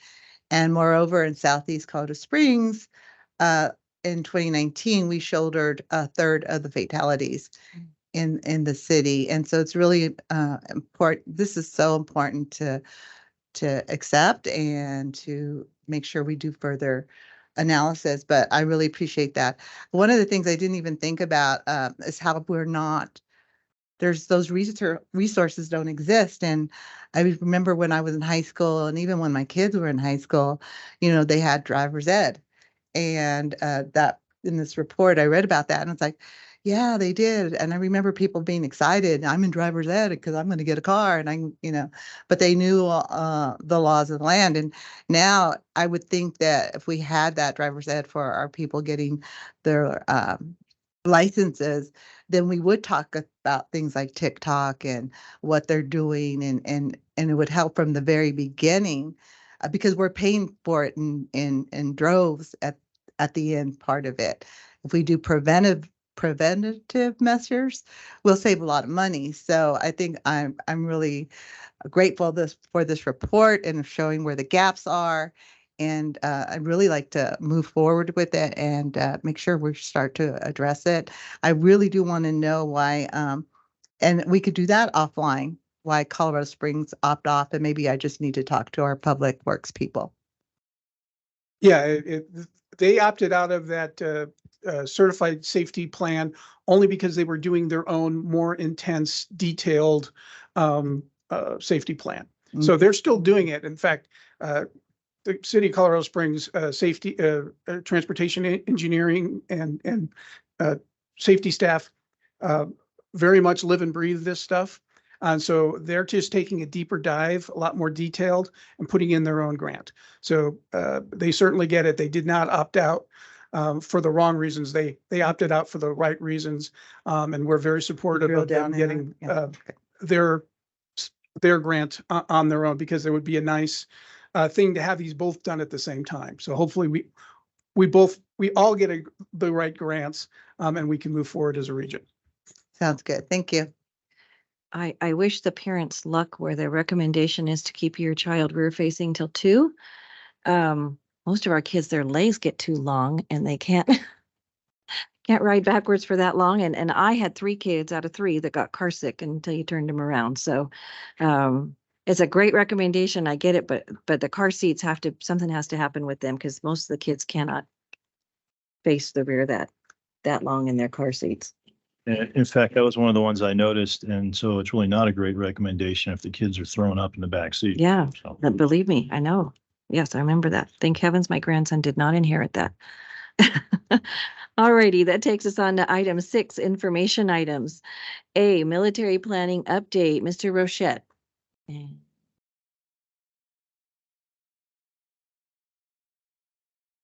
We also check in to see what Paul's coming up. Jared, do you know if Keith Klein is online? Keith is in the room. Thank you. Good to see him.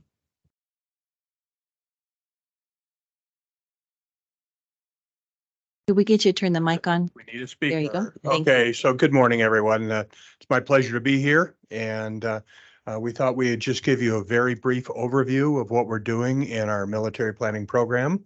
And for some of you who are new, our program here, it's known as the JLUS program, even though that's an obsolete term. It's now the Compatible Use Study, but we still refer to it as the JLUS, and this is our third one.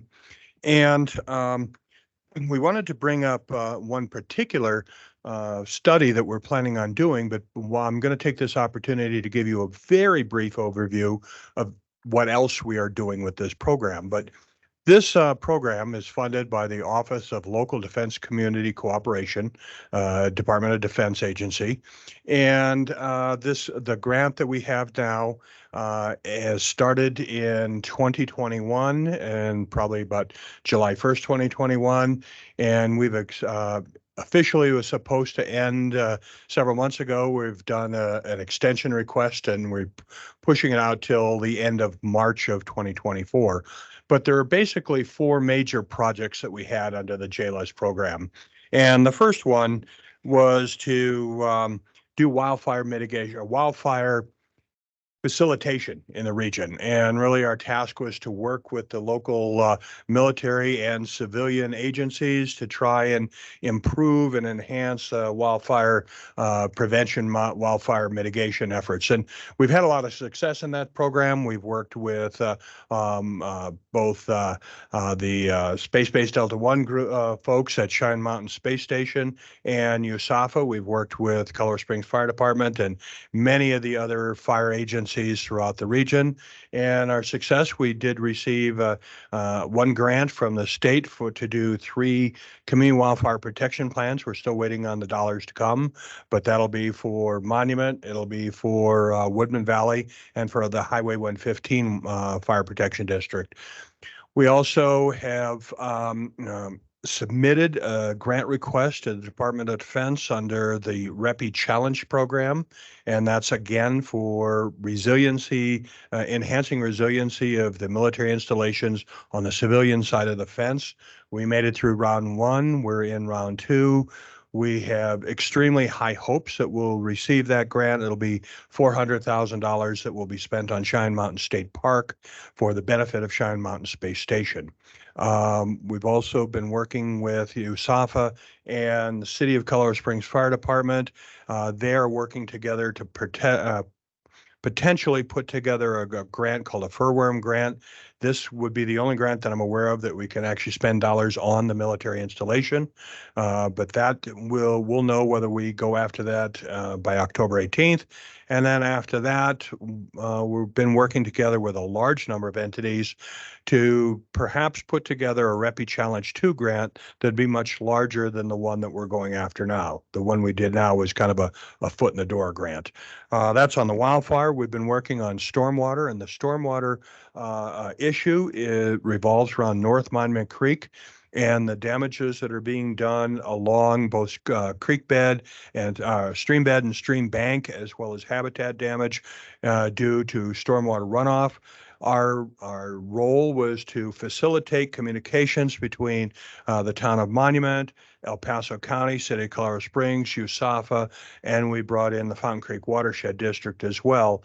And now what we're moving forward with is it looks like the Fountain Creek Watershed District may take on the continued facilitation role, and our action role we're looking at for our next JLUS grant to perhaps go after some dollars to do some 30% or even 100% design work for several projects along some of the tributaries. The third project was to fund a study. It was run by the City of Colorado Springs Transportation Department to look at a new access on the civilian side to Peterson on the at the Peterson Northgate, and that project has been completed. And then the fourth one has been kind of a long story project. We initially had $300,000 in our budget to do some energy resiliency work for Schriever. And we started with that. It turned out that all they really needed was some construction dollars, and our dollars cannot be used for that. So then we put that on hold, and then we started looking at, okay, how can we use that for other installations? And at that time, we started seeing that the Peterson, Schriever, and Cheyenne Mountain were being all put together together under one command. As we said, okay, maybe we can do it there. And then we had the Air Force Climate Resiliency Plan and other resiliency plans come up. So we said, well, let's wait for those. And then it became space-based Delta One facility. So we said, okay, let's use that.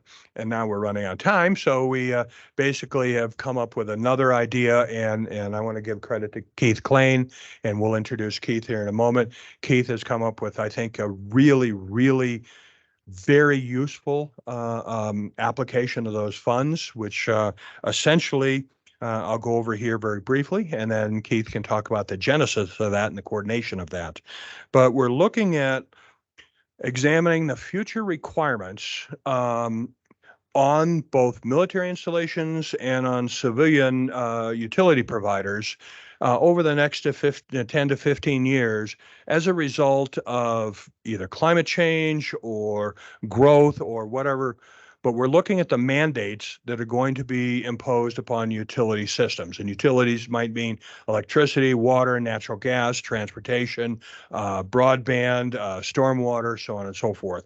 But what we want to do is really go out and look at both the federally mandated requirements on the system, as well as state mandated requirements on the system, and look at what does that mean in terms of what's going to have to be done in the future.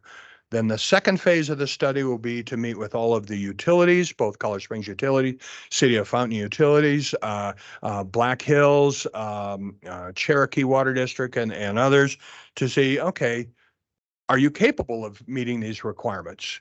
And then as a result of the demand and the supply, we're going to see if there are any gaps, which I'll call the ahas or the uh-ohs. So in other words, what do we have to be prepared for, and give us a view ahead of time before these problems show up and going, we can't meet this requirement.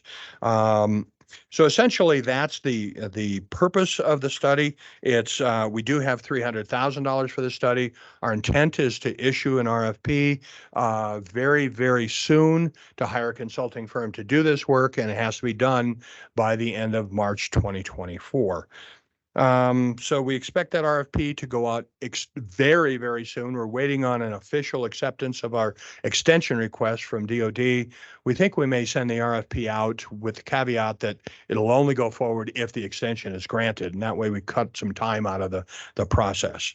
The thing about this study, though, we do not anticipate or intend that there'll be any requirements for expenditures or obligations upon any utility company, local government, or military installation as a result of this study. This really is just a gap analysis to give everyone an advanced view of what may occur in the future. So it's simply intended to identify future requirements by others and examine the implications of those requirements. Now, we are looking at expanding this beyond just space-based Delta One facilities of Cheyenne, Peterson, Cheyenne Mountain, and including USAFA and including Fort Carson. So what I'd like to do at this point, maybe before opening up questions, I'd like to turn this over to Keith Klain. Keith is the chairman of our Military Affairs Committee of the Colorado Springs Chamber EDC. Keith is extremely well connected in the military community and has been for a very, very long time. And he will talk to you about the communications we've had in developing this with the installations, with the utilities, and the DOD themselves. So if I can turn it over to you, Keith.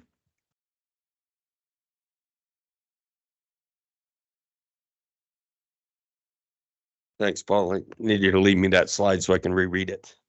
No, I'm joking. I'm joking. Covered that pretty thoroughly, actually. So several years ago, the Department of, or the Congress demanded of the Department of Defense that each of the separate services publish their climate action plans, if you will, that would be for implementation at their bases all around the world, literally. The Army was first out of the box with that about 12 months ago. The Air Force about 6 months ago. In those documents, they make reference to a lot of other documents, but there are also timelines involved. And our concept here is to take and plot these mandates, all of them unfunded, and put them on a timeline for our community, and we expect it'll be modeled by others when we're done, that shows just what we as a community are up against in meeting all of these various climate mandates that come not just from the Department of Defense, but federal mandates, state mandates. Could be we have some local mandates for all I know. So at the end, what I picture here is having those all plotted for us to see, color coded by that type of mandate, who we're serving with that particular mandate. As Paul alluded to, there are a number of different utility companies that are impacted. A number of communities are impacted. All of our bases are impacted. We've had the conversations we need to have to this point with the bases, I think, to do what we need to do. It's going to be pretty low impact on them, a little bit of time expended. They should gain a great benefit from the product that we produce. But this is of great interest to us, I think, as a community. For the utility folks, I think we're scheduled to brief the city council, the utilities board here in a matter of weeks, if I'm not mistaken.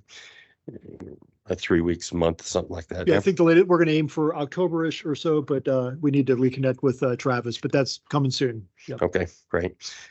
So in addition to that timeline that I'm talking about and having those mandates identified, of real visually impactful statement, if you will, I expect that we will, over the course of studying these things, by the end of March this coming year, we will have identified a number of grant requirements or opportunities, if you will, things that will require us to get to work. Some of these are pretty near-term requirements that have been imposed on the bases. The bases don't have their own utilities here. So those are essentially mandates on our community. And we're going to attempt to lay those out for everybody to see, so that the respective entities can get to work on their funding to meet those federal obligations. As far as we know, it's the first time that sort of thing has been done, and it ought to support our opportunity or support our efforts, our needs in supporting grant applications pretty significantly at the process. So as Paul mentions, we'll have tabletop exercises ultimately at the bases, probably in round 2, I think, the second half of the study, once we've actually laid out the timeline.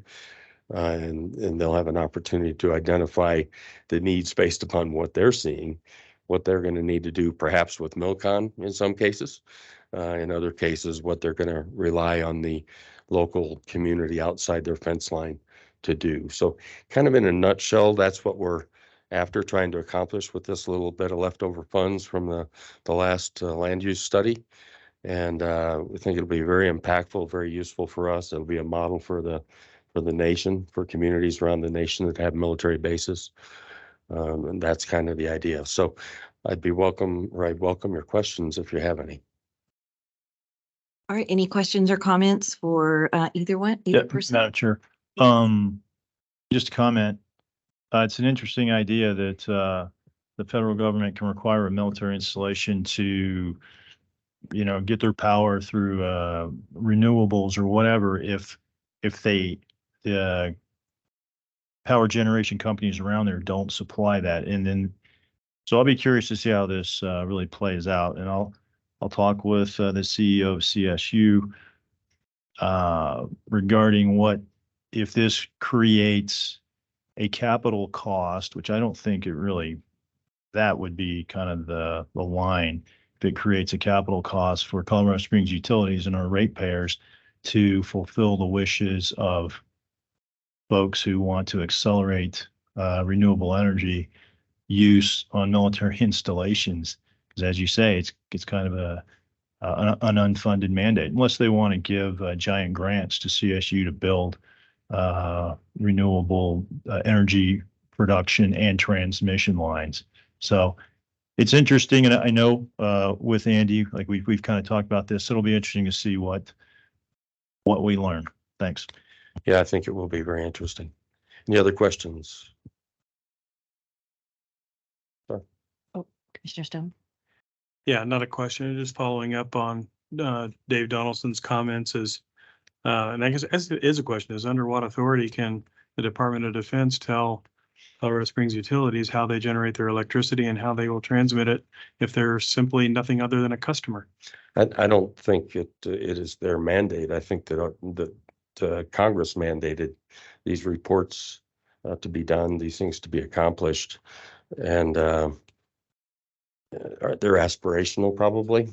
We'll see how the funding goes for these things. Lots of infrastructure dollars out there at the moment, but to our knowledge, our community, nowhere else in the community is a sort of big picture look taking place.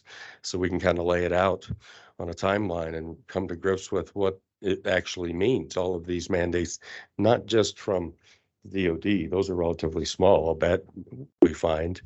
But we consider the other federal mandates, the state mandates, all of those things layered on top of one another for the world to see, I think are going to be very interesting. And it's going to generate some conversation, not just for our local municipalities who have to deal with meeting those, if they in fact have teeth in them, but it will have to fuel some conversation on Capitol Hill. I look forward to taking it there to them. So, and for you guys to take it there, as you're so capable of doing. So, any other questions? Does that answer yours? Not really. Well, I mean, it does, but it kind of brings a follow-up question, or what? You Yeah, know, well, DOD is what's the doing, enforcement? What's the hammer? DOD is doing this because they've been instructed by Congress to do it. Right. Failing to have done it, they'd have failed. So I think the short answer to your question is they have probably no authority to make the community do it, but the service has a tendency to pick its winners and losers for current missions, its next missions, its future planning based upon those communities who get it, who understand. So that's where that's how the score is kept. That's how things are adjudicated.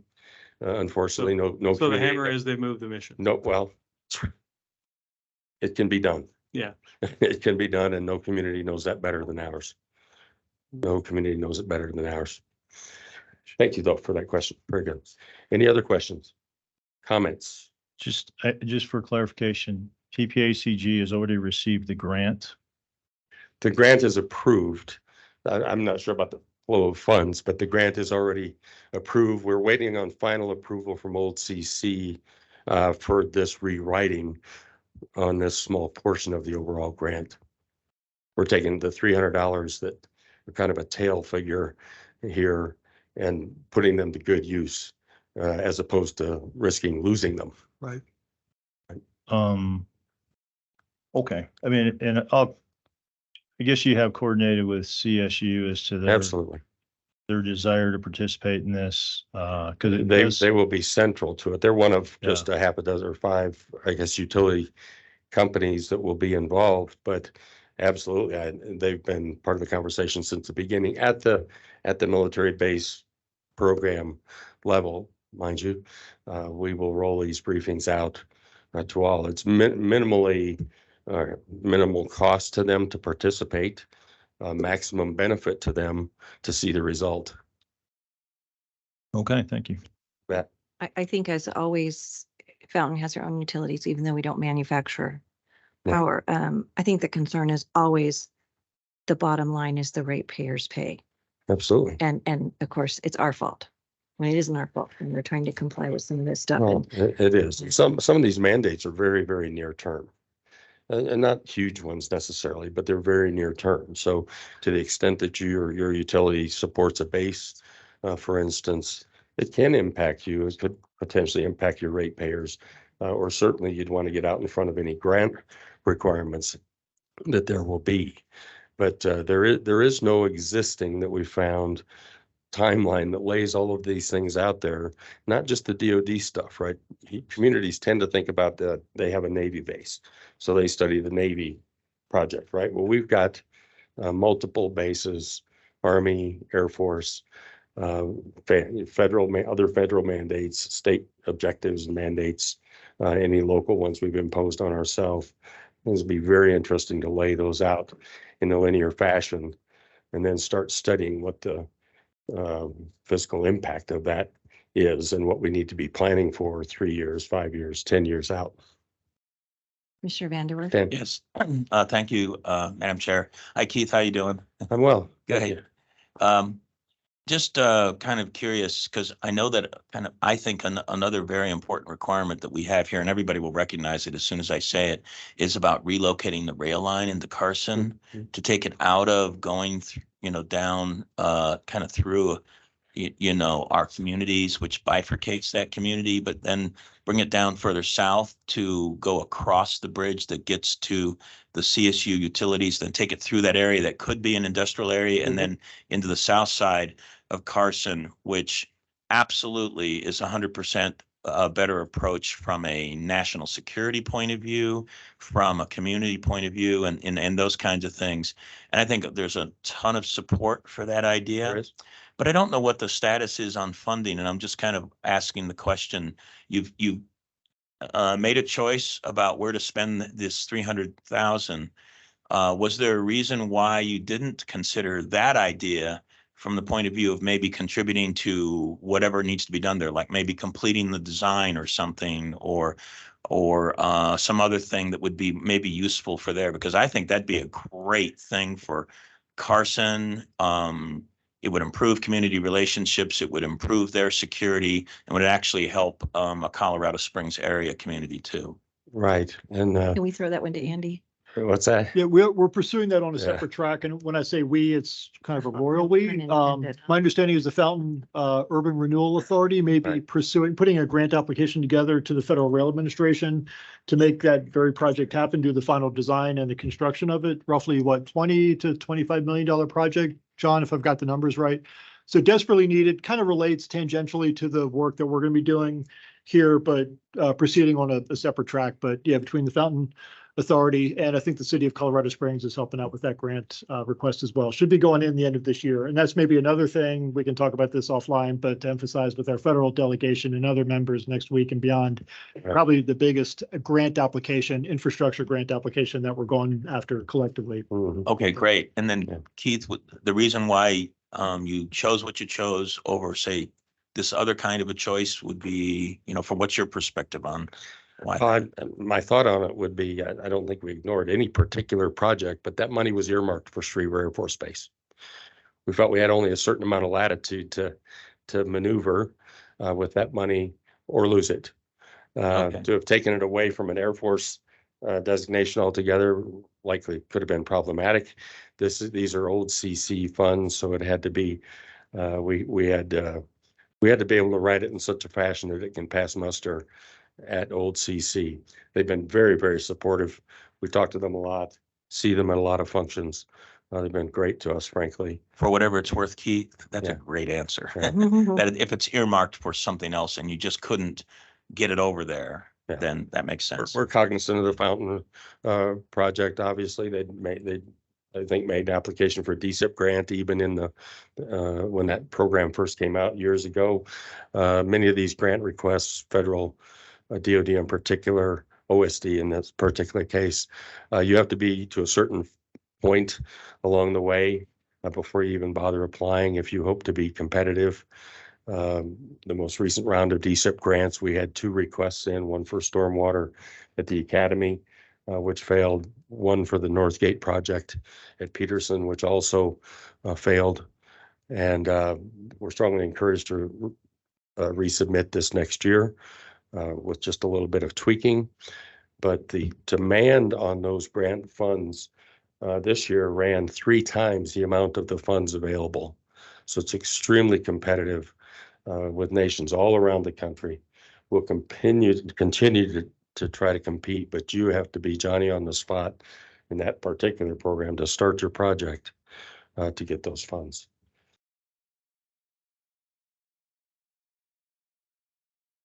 Be briefing the board next month on the Comprehensive Economic Development Strategy. And the SEDS does include, I was meeting with Kimberly Bailey just the other day. We do have reference to the rail project in the SEDS, and we might be able to look at EDA as a possible funding source or other agencies as well. And I think it'll be a natural subject to include in our next round of study as well. So any last questions or comments? Yes, sir. Just a comment that I did text over to CSU, and just to be sure that we're on the same sheet of music as far as scope of this, that Travis, the CEO would like you to give him a call. Absolutely. Okay. Absolutely. Yeah, Thank we're you. working with his staff naturally. So what level of communication they've been internal? I Well, can't- he would like you to give him a call. I will Not certainly the do it. staff. Okay. Okay, Anybody thank else? you very much. You bet. Thank you. Great, thank you. That takes us on to item 6B, PPACG Crash Data Dashboard. Phil Roy.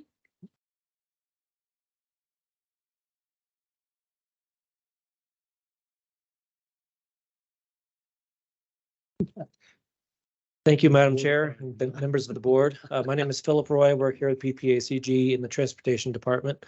I'd like to introduce and provide a brief overview of our crash dashboard. It is available through the PPACG website. If you scroll down towards the bottom, under the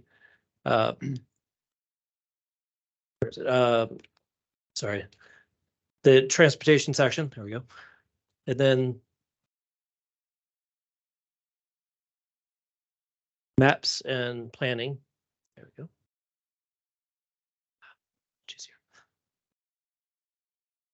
And there's one section here, PPACG Traffic Crashes Dashboard. That's when you click on Open Up the Dashboard. This is just kind of providing a brief overview of the 6 years of data which we have been provided by CDOT. Every year, CDOT compiles the data through the different police members and for the area, for the whole state, and brings the data together, scrubs it from any personal data, so you don't know anything about crash information other than the details of the crash, and then sends it back to us. This dashboard is showing up to from 2016 to 2020. We will have 2021 data available probably by the end of this week. You are able to filter the data through, if you like to look at the different counties or municipalities, things like that. And it will, as you filter the data, will update the numbers shown on the top. You can even see the top 20 intersections on the bottom right. And that's for the entire area, such as, say, the most number of crashes, Academy Boulevard and Voyager. Going back through to the crash filters, if you'd like to see a particular year, you can look at the predefined. You could either specify a specific date or look at predefined. So if you want to look at all the crashes for 2018, the numbers do update. You can specify just individual years up to the 2020 and 2021 later on this year, or I'm sorry, later this week. You can reset that. If you want to look at, say, Teller County, for example, it'll zoom to the map. You are able to zoom in with your mouse. It is currently on the heat map, but if you prefer another background, what you do is turn on the cluster, and you can see the number of crashes. It will show up with a number, and as you zoom in, the numbers update. Just going back through, clear reset. You can actually specify 2 counties if you like, and it automatically zooms to those 2 counties. Going back to the municipality, we can see them. I only have Park and Teller selected here, so you will not see Colorado Springs. If I did have El Paso chosen, and it will show it. Colorado Springs, it'll zoom to Colorado Springs area and show you some of the crashes only with the municipality that was set in Colorado Springs from the data that we received in CDOT. You can also specify if you want to see only fatal crashes or serious injury and fatal crashes. If you want to see how many of the drivers were impaired, alcohol involved, reset the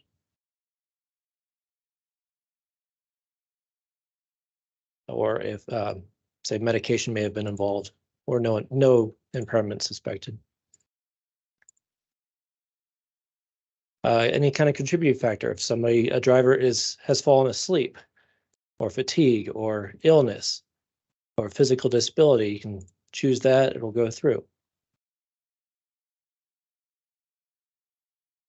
or if what the road conditions were. So it was snowy, and these are all comes from the data itself. You might have some with dry with icy treatment, or just icy with icy road treatment. But you can go in and specify some of those. So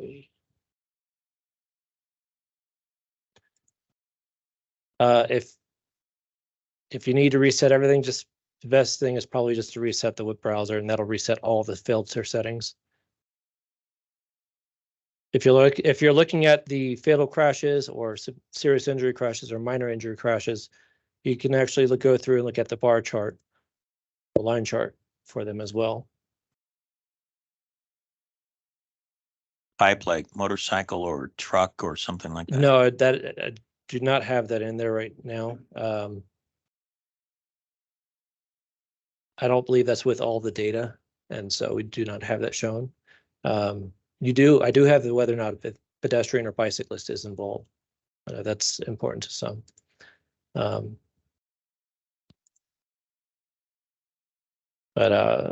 going back, so for all of these, we have the bar chart, line chart. You can even see by day or by time which has the most crashes. Obviously, Cripple Creek has more crashes on a Sunday compared to, what was it, Colorado Springs? It was a Friday, I believe. So it varies by municipality. Yeah. Yes.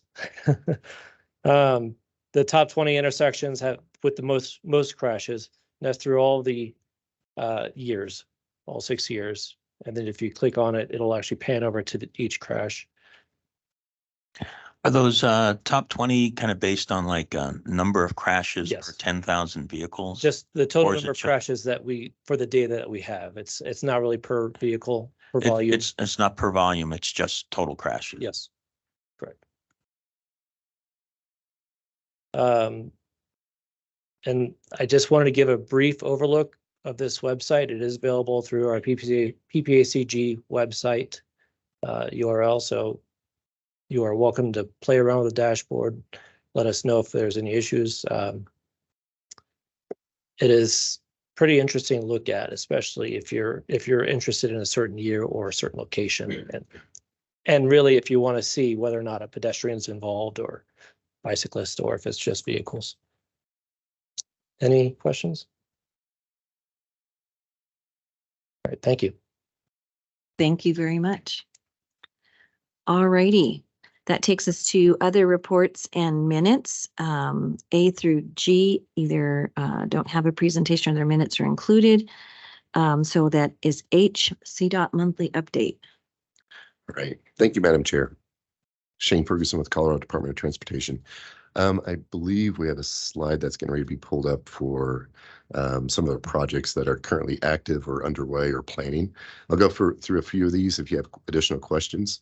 But prior to that, just want to give you an update, a little bit of an update still that CDOT is still pursuing the TPR study. We're still going through the nuts and bolts of that study just to determine possible outcomes and possible considerations and recommendations in the future. So that just want to keep you informed that it is still moving forward and still underway. With respect to our projects that are under construction, the Sept project down south on I-25 is progressing nicely. We've demolished the northbound bridge of Academy, as well as continuing to work on the northbound side of the construction and the concrete paving. You'll continue to see activity on that corridor for the next year, basically on Sept, but we do plan to have the I-25 portion of it complete likely by the end of summer, early fall next year. The South Academy partnership with El Paso County on South Academy is starting underway as well. That is part of the Sept project, part of our grant, and a great partnership with El Paso County and moving that one forward. The resurfacing project on Divide from Chipeta Park to Divide, that project is about 60 to 70% complete. The surface treatment portion of it should be completed by the end of, I would say, early October, mid-October timeframe. We should have that surface treatment portion completed. The I-25 ramp metering project is pretty much wrapped up. We haven't turned on the lights yet, but we are working through some of the logistics on the timing of the lighting. One exciting news, the Fillmore to Gar and the God projects on I-25 was notice to proceed was given to the contractor this week. And so I expect this being September, you may start seeing activity and signs going out on I-25, probably within the month of October. That project will be at least a 18 to 24 month duration project. And so a lot of activity on I-25 corridor coming in the next year, year and a half to 2 years. Additional projects to discuss, the US 285 and State Highway 9 in Park County. That project, we've had a closure on State Highway 9 with that location, as well as a bridge replacement project close to Alma. About a 7-day closure on that corridor, just to really to knock out a bridge and put it back in place near Alma. That is expected to open up tonight, and so that activity has gone very well. The 285 and 9 piece in Fairplay, where we're working on some drainage improvements just north of the 285 9 intersection, will also be open tonight as well for that location. Outside of that, you'll see quite a bit of activity still on US 24 as you go out to Hartselle. A couple of bridge replacements underway as well. On the planning and design side, the Airport and Powers Interchange project that's been on the 10-year plan for PPACG. We look to advertise that project for construction. I believe November 16th is the current date for advertisement. I'm excited to get that project underway as well. With that, I'll open it up to questions that you may have. Commissioner Vanderworth? Just a quick refresher on the Powers Airport interchange. The planning for that is that planning for grade separation? That is grade separated, correct. Great, thanks. Commissioner Bremer, were you gonna? Okay. I have one question. Oh, I'm sorry. Go ahead. It's okay. Mayor LaCoy. I'd like to thank you for your persistence on the Baptist and Terrazzo roundabout. I don't know what you were able to negotiate with the company there that were blocking you. I'd love to hear about that, those conversations maybe later. But also, do you have an update? Maybe you know, maybe you don't. What's the status of the toll in the gap? As you've seen, there was a $9 toll that freaked people out. And yeah, unfortunately, some of the communication got in front, or the project, or the testing, really got in front of the communication, if you will, on that corridor. And so that was unfortunate. We are still continuing to test. I don't have a date or timeline yet. I'm anticipating this fall, but I don't have a date yet as far as when that testing will be completed and the information will be up to, or the tolling will be active. But I'll look that up and find out and get back with you guys in October as far as when that timeline. One more piece, just real quick on the TPR study. We are planning to come, headquarters is planning to come and do a briefing, I believe at the next TPR meeting, or the PPACG meeting in October. So we'll get that on the agenda. We'll work through Andy and Jared just to be sure that that is probably communicated and put on the agenda. So. Well, maybe they put something on the signs like "Smile, the toll really isn't $10.50" or something. I mean, we can work on that. Yeah. We're just testing. Yeah. I would just simply say it's never too late to convert that toll lane into an HOV 2 lane. Just making the point. Second. Just a hint. And there's a second for that. So I think there's a motion and a second. Do we have a vote? Aye. I can appreciate the comment. Boy, that's the fastest motion we've ever done, huh? Oh, go ahead. Yeah, thank you, Madam Chair. Yeah, Shane, first off, thanks, to you guys and your vendor for the work on Highway 24 and the resurfacing there. You mentioned, the deadline on that project. Do you feel like they're going to meet that? It seems like they have slow and probably naturally slowed down as they're working in the Woodland Park area now and not outside the corporate limits where it's a little easier to do the work. Yeah. And obviously, for those of us who live up there, the weather's changing quickly. Right. Do you feel like they're going to meet the calendar? Because we've had rain too, and it's been difficult. But yeah, so I drove through that corridor yesterday and noticed the exact comment you're making right now. And I believe, so when we do our projects, especially in the urban areas, we're really restricted on the time of day that we can do some of these projects. And usually our work is limited to the nighttime. Unfortunately, you guys probably see some of that and hear that at night, and I know that is challenging. Yeah, Specifically, I would say when we're sitting in the hot tub at night and you can hear the beep, beep, beep of those construction vehicles Yep. a mile away. Yeah. We're looking forward to having it done. Absolutely. With that corridor in particular, the large portion of that project was required to be done at night through Woodland Park, obviously. I believe that last section, which will kind of allude to where I'm going with this, the temperatures are our challenges, right? Mhm. Nighttime temperatures. That last section, I believe we can utilize the daytime hours to actually finish that project up, thus being able to utilize better temperatures to wrap it up. And so Yeah, because we've your been hitting question 36 to is- 39 overnight the last 4 or 5 days. Yeah, we really look for about 50 degrees, for the better temperatures. And so I can suspect that we'll start seeing some daytime single lane closures, probably to the west of Woodland Park, just to wrap up that project. And so it is a gamble from time to time. And if we get well behind, we end up having to close projects down until the spring. I've not seen that being the case. I've not heard that that's the case. I think our team could probably get that knocked out still within this calendar year. Yeah, and then the other question or / clarification, just on your slide, it says resurfacing divided Chipeta Park. We did drop a portion of That is that correct. off, Yeah, just due to the way that the bid was awarded. That is correct. And Yeah. not a criticism, but just, Yeah. I'll forever be here saying, don't forget about the segment that was dropped off. Oh, Um, we definitely haven't forgotten about that. We are designing, kind of going forward Yeah. with the next project, if you will, to the west, beyond, to include and beyond with them. Divide. Yeah, and hopefully they can just tie that into that North 67 resurfacing and let them do both. Maybe fairly close to each other. To be determined. Yeah, to be determined. Thank you. Yes, I want to tell you, thank you for fixing the bridge problem we had on 24 next to Falcon and Peyton. I'm sorry, Peyton. We can't have any more launching anymore there, so people are driving through there smoothly. So I want to tell you, thank you for that. Appreciate it. Thanks. Mike is still on. Okay. All right. Anybody else in the room? Just want to always put in my monthly plug for Highway 85. Down to the fountain area. Understand. Thank you. And then I'm just curious, a few years ago, you installed the cable project, like I-20 or 128 South, and driving back and forth to Pueblo recently a few times, seems like that's really working. Is it, in your opinion? I mean, is. and the whole intent Yeah. of the cable project was for crossover accidents.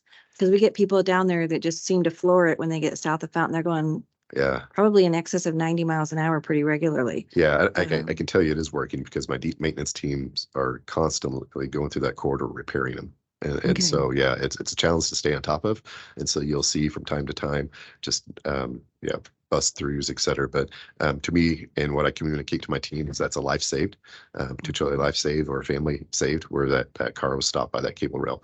And so it is, in my opinion, it is working. Unfortunately, it is being struck quite often, but we are repairing them and getting them back up to speed as much as we can.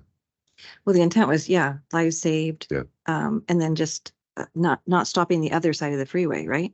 So, Added benefit, correct? yeah, and okay. I was just curious, is there any thoughts to expand that to any other places since it has We been are- successful? Yeah, we do have some locations on Powers Corridor that we're taking a look 16, 16 turns into 21 essentially, along that median location. We're going to be installing probably in the next couple of years. We have some additional locations south of where we completed the current cable rail on I-25. I don't want to any other locations. I don't recall off the top of my head. I was just curious because it was Yeah. the people down there were super excited Yeah. to get it. I mean, it's kind of funny to watch them on Facebook, who are excited about a project, but it's obviously been worthwhile. So, Commissioner Vanderwerf. Yes, thank you. We had a lot of rain in El Paso County and flooding and road washouts and so forth. And, the county declared a disaster declaration and asked the state to follow up. So we're grateful to the governor for doing that. And that's now, at the feds, and we're not eligible to get money from the feds to do those road repairs. So I wanted to kind of maybe just ask CDOT if you found similar kinds of road degradation in the region here as a result of that flooding. And is there, if so, is there any work that you're trying to get accomplished to take care of that? And before you answer that, I just also want to say what others have said here. Continue to deeply appreciate what CDOT's doing in the region. Well, thank you. Yes, we have seen within the region a few locations where mostly it's been the culverts, existing culverts, where we've seen some additional degradation or even failure. And I'd say failure throughout the state. We had different locations throughout the state. We've been fairly lucky with this recent rain event this past summer, as far as within our region, as far as what ultimately happened. That all being said, we did receive as a department $179 million of redistribution, federal redistribution funds, department-wide, coming in September, October. A portion of that money is going to go through an effort throughout the state to replace culverts, essentially as a result of just the continued challenges we've had with stormwater events, et cetera, runoff events. And so we're excited to see that come through. That's just, we'll see how that's distributed and what we'll see within the region. There's a few other activities that we're pulling in with those monies. A lot of effort on the I-25 south of Pueblo, and resurfacing and getting our pavements up to grade on the interstate itself. It's going to be utilized quite a bit with some of that redistribution money. But within our region, we were pretty lucky on the state highway system this past summer. Okay. Any other questions or comments for CDOT? Great. Madam Okay. Chair, Mayor Pro Tem Kelly Case has her hand raised. Oh, online. thank you. Mayor Case or Mayor Pro Tem Case? Hello, thank you. Just a quick question. I remember when we had the board meeting in Woodland Park at the Cultural Center, you had mentioned that there was a place that I thought I would see on this list with regards to, of course, the two intersections at Tamarack and Research that the city is doing with some funding from you all. But also, I remember you mentioning between 67 and Evergreen Heights Drive that, or even beyond that, that there would be some drainage and widening beginning at some point. Oh, Yeah. you changed the slide, didn't you? Anyway, just wondering where that is, because I just don't see it on here, Yeah. and I remember the talk about that. Thank you. Yeah, absolutely. So that project on 67 north of Woodland Park, it is on our 10-year plan of projects, and it is the scope of the work, if you will. There's about a mile section between the drainage improvement project and State Highway 24. We're going to resurface that section of highway, as well as along, and forgive me, I don't recall the exact intersection names, but we are doing a drainage improvements along adjacent to US 24. I'm sorry. Adjacent to State Highway 67. So that project is currently still in design. I don't recall if it's planned for construction for calendar year 24 or 25, but we should see that under construction in the near term. Okay, that clears up my brain. Thank you so much for updating that. I appreciate it. Absolutely. Commissioner Williams. Yes, my comments were going to be really fast. It's in relation to my stack report. So you'll notice on the CDOT update summary slides that Shane mentioned the TFR study or the TPR study that we are an MPO, so we get money through that. But Park County, Eastern El Paso, by Fort Carson is all the Central Front Range. They get money through there. It's kind of like making pancakes without flour, because they want to redraw the boundaries, but not tell us how the money's going to shake out. It is very important next month when CDOT comes down to update us. I fully expect that someone's not going to be happy, and I'm not exactly sure who, but the author of the original legislation in the state legislature really wants Summit, if I believe I'm right, Summit and Eagle County into their own TPR region to get more money. And so someone's going to end up with a region combined or in a different planning region. One of the proposals right now is to add Chaffee County to our region. And so that would add into some of our projects. And there's some other proposals. I'll be meeting with Commissioner Elsner, who serves as the Central Front Range representative specifically, and John Leosados, so we can really drill down on what kind of recommendations we want to push forward because it's going to be painful no matter what. Yeah. There's definitely quite a few considerations out there as far as what's being floated around as to what changes may or may not be recommended by the staff. What I will say is we are moving forward with determining financial impacts on some of these changes. So we're trying to go through an exercise and just update and be able to provide those numbers on how that would impact the different TPRs or the MPOs or those involved. And so that exercise is moving forward in the sense of what would be impacted, what's the adjustments that would be made, for instance, RPP formula. And so we are going through that exercise. Hope to have that ready once we meet, I believe, the next board meeting, when headquarters comes down and maybe does a quick briefing or briefing with the October meeting. Okay. Barring any further questions? Thank you, Shane. And that really was the most important thing in my stack report. So you're done? I am done because I know we're overtime. Okay, great. Thank you. That takes us to the executive director's report. Thank you, Madam Chair. Just a couple things real quick. We have a legislative committee meeting this coming Monday. I know a few folks may be out, but I think it's important that we try to arrange with Dan, our state lobbyist, what we're going to do as far as a fall October-ish roundtable with our state delegation and finalize our priorities that we want to bring back to the board for adoption. So we'll send out the agenda on that, hopefully here in the next day or so. So just wanted to give you a heads up and a reminder on that. Shifting gears, Shane just mentioned the October meeting and a reminder that we're actually meeting in October up in Fair Play, Park County, weather permitting. Right, Commissioner Elsner, we should be clear in October.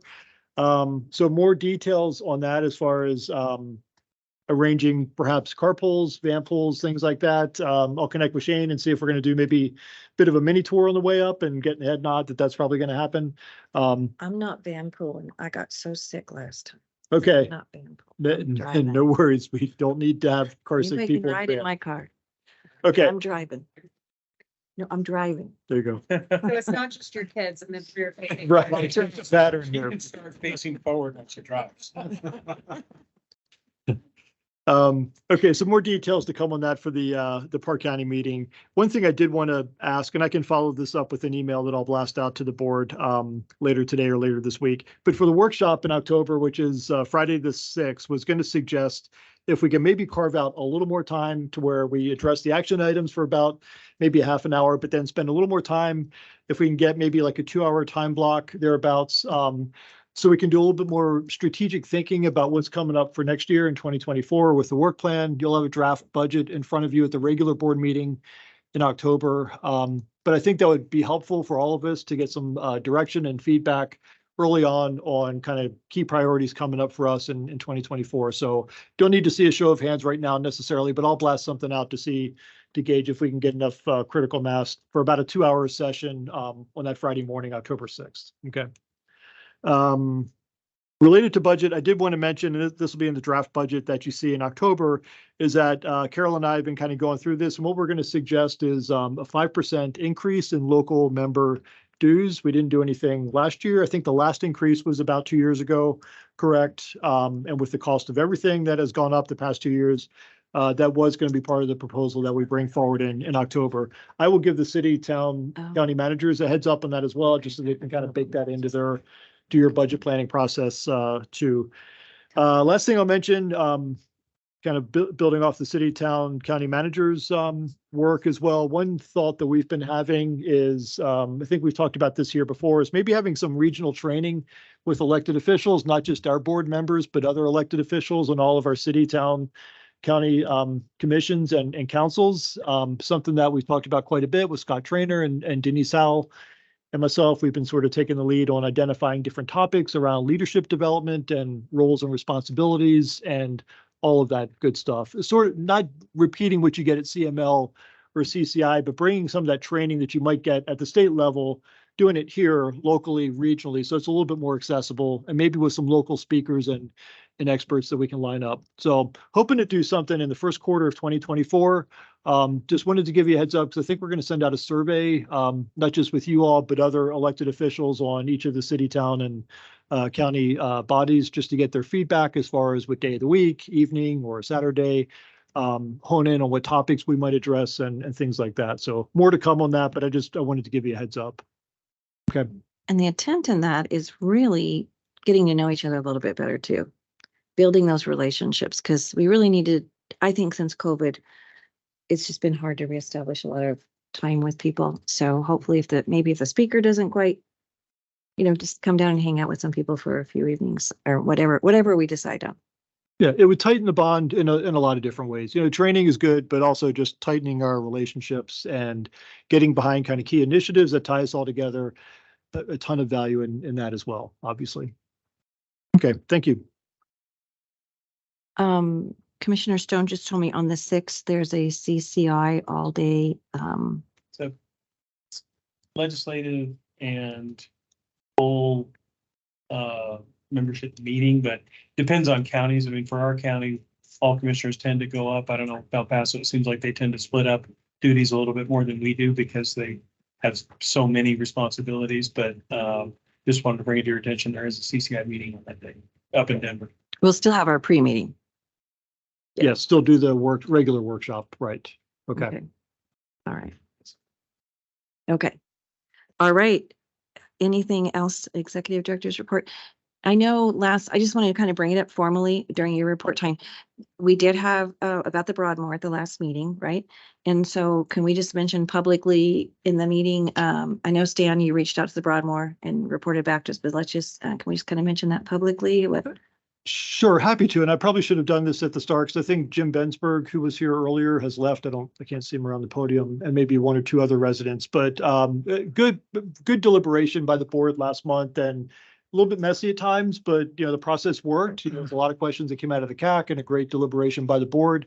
Thank you, Commissioner, for reaching out to Jack, and I forget his last name, owner of the Broadmoor, who's agreed to the conditions that the board approved. So we're in the process of getting all that firmed up in writing, and our intent is to bring it back to the board in October just to close the loop.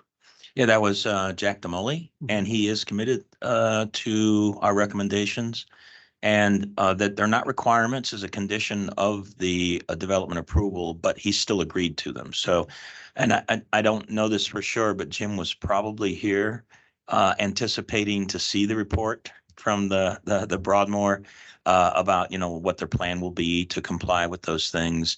And, we knew from the PPACG meeting that it might be 2 months instead of 1 month. So Jim might have been here for that. So we just probably should reach out to him, just let him know when we think it's coming, and also reach out to the Broadmoor or that engineer person, that engineering staff, and get a definitive date, get it on the agenda, and make sure Jim knows the date so that he can be here on that date to listen to it. Yeah, good points. And I did have a good conversation by phone with Jim a couple of weeks ago and told him most likely not going to be September, just with a lot of moving parts. And I think he just wanted to be here to belt and suspenders, just make sure nothing's happening. So I assured him nothing's happening yet, but I'll share with him the letter we got from the Broadmoor agreeing to those conditions. So he was pleased to hear that, and pleased to hear that we'll bring it back in October. Yeah, thank you. And I will say that one other thing is that Jim felt the outcome of that was very satisfactory to the community. Some of you may have, but I know that I've received a couple of emails from some of the members of the community that were initially objecting to that as recently as yesterday from Cindy Culp, who was one of the more vocal objectors to what was going on. And she appreciated the thoughtfulness of this board in reaching, if you wish to call it a compromise or some concessions from the Broadmoor, however you wish to describe it. She accepts that and feels like it was a good outcome. So I think we did a good job here on this board regarding that topic. Okay, thank you. Just want to make sure we kind of touch base on that. Okay. That takes us to member entity announcements. Just have one thing, leaf peeping season obviously is approaching quickly. But actually for CDOT though is, you're probably already aware, and it may have actually been some of the data that you guys pulled for some of the widening and pull-out areas along Highway 67. But those next few weeks as the leaves come out, really great opportunity for you guys to be able to see actually where people are pulling over for view sheds and where those safety issues are on 67. Obviously not necessarily for today because there's existing projects which are already improving the safety of the highway, but just kind of for future as a thought that this is the time when it gets tough up there, and tough for a good reason because it's beautiful. Madam Chair. Yes. Really, this is for you, Andy. I just realized that on Friday, the 6th of October, Colorado Springs City Council Budget Committee has an 8 o'clock, 4-hour meeting to go over the budget. So at least Lynette and I would probably not be able to do a board workshop then. So just factor that in. Thanks.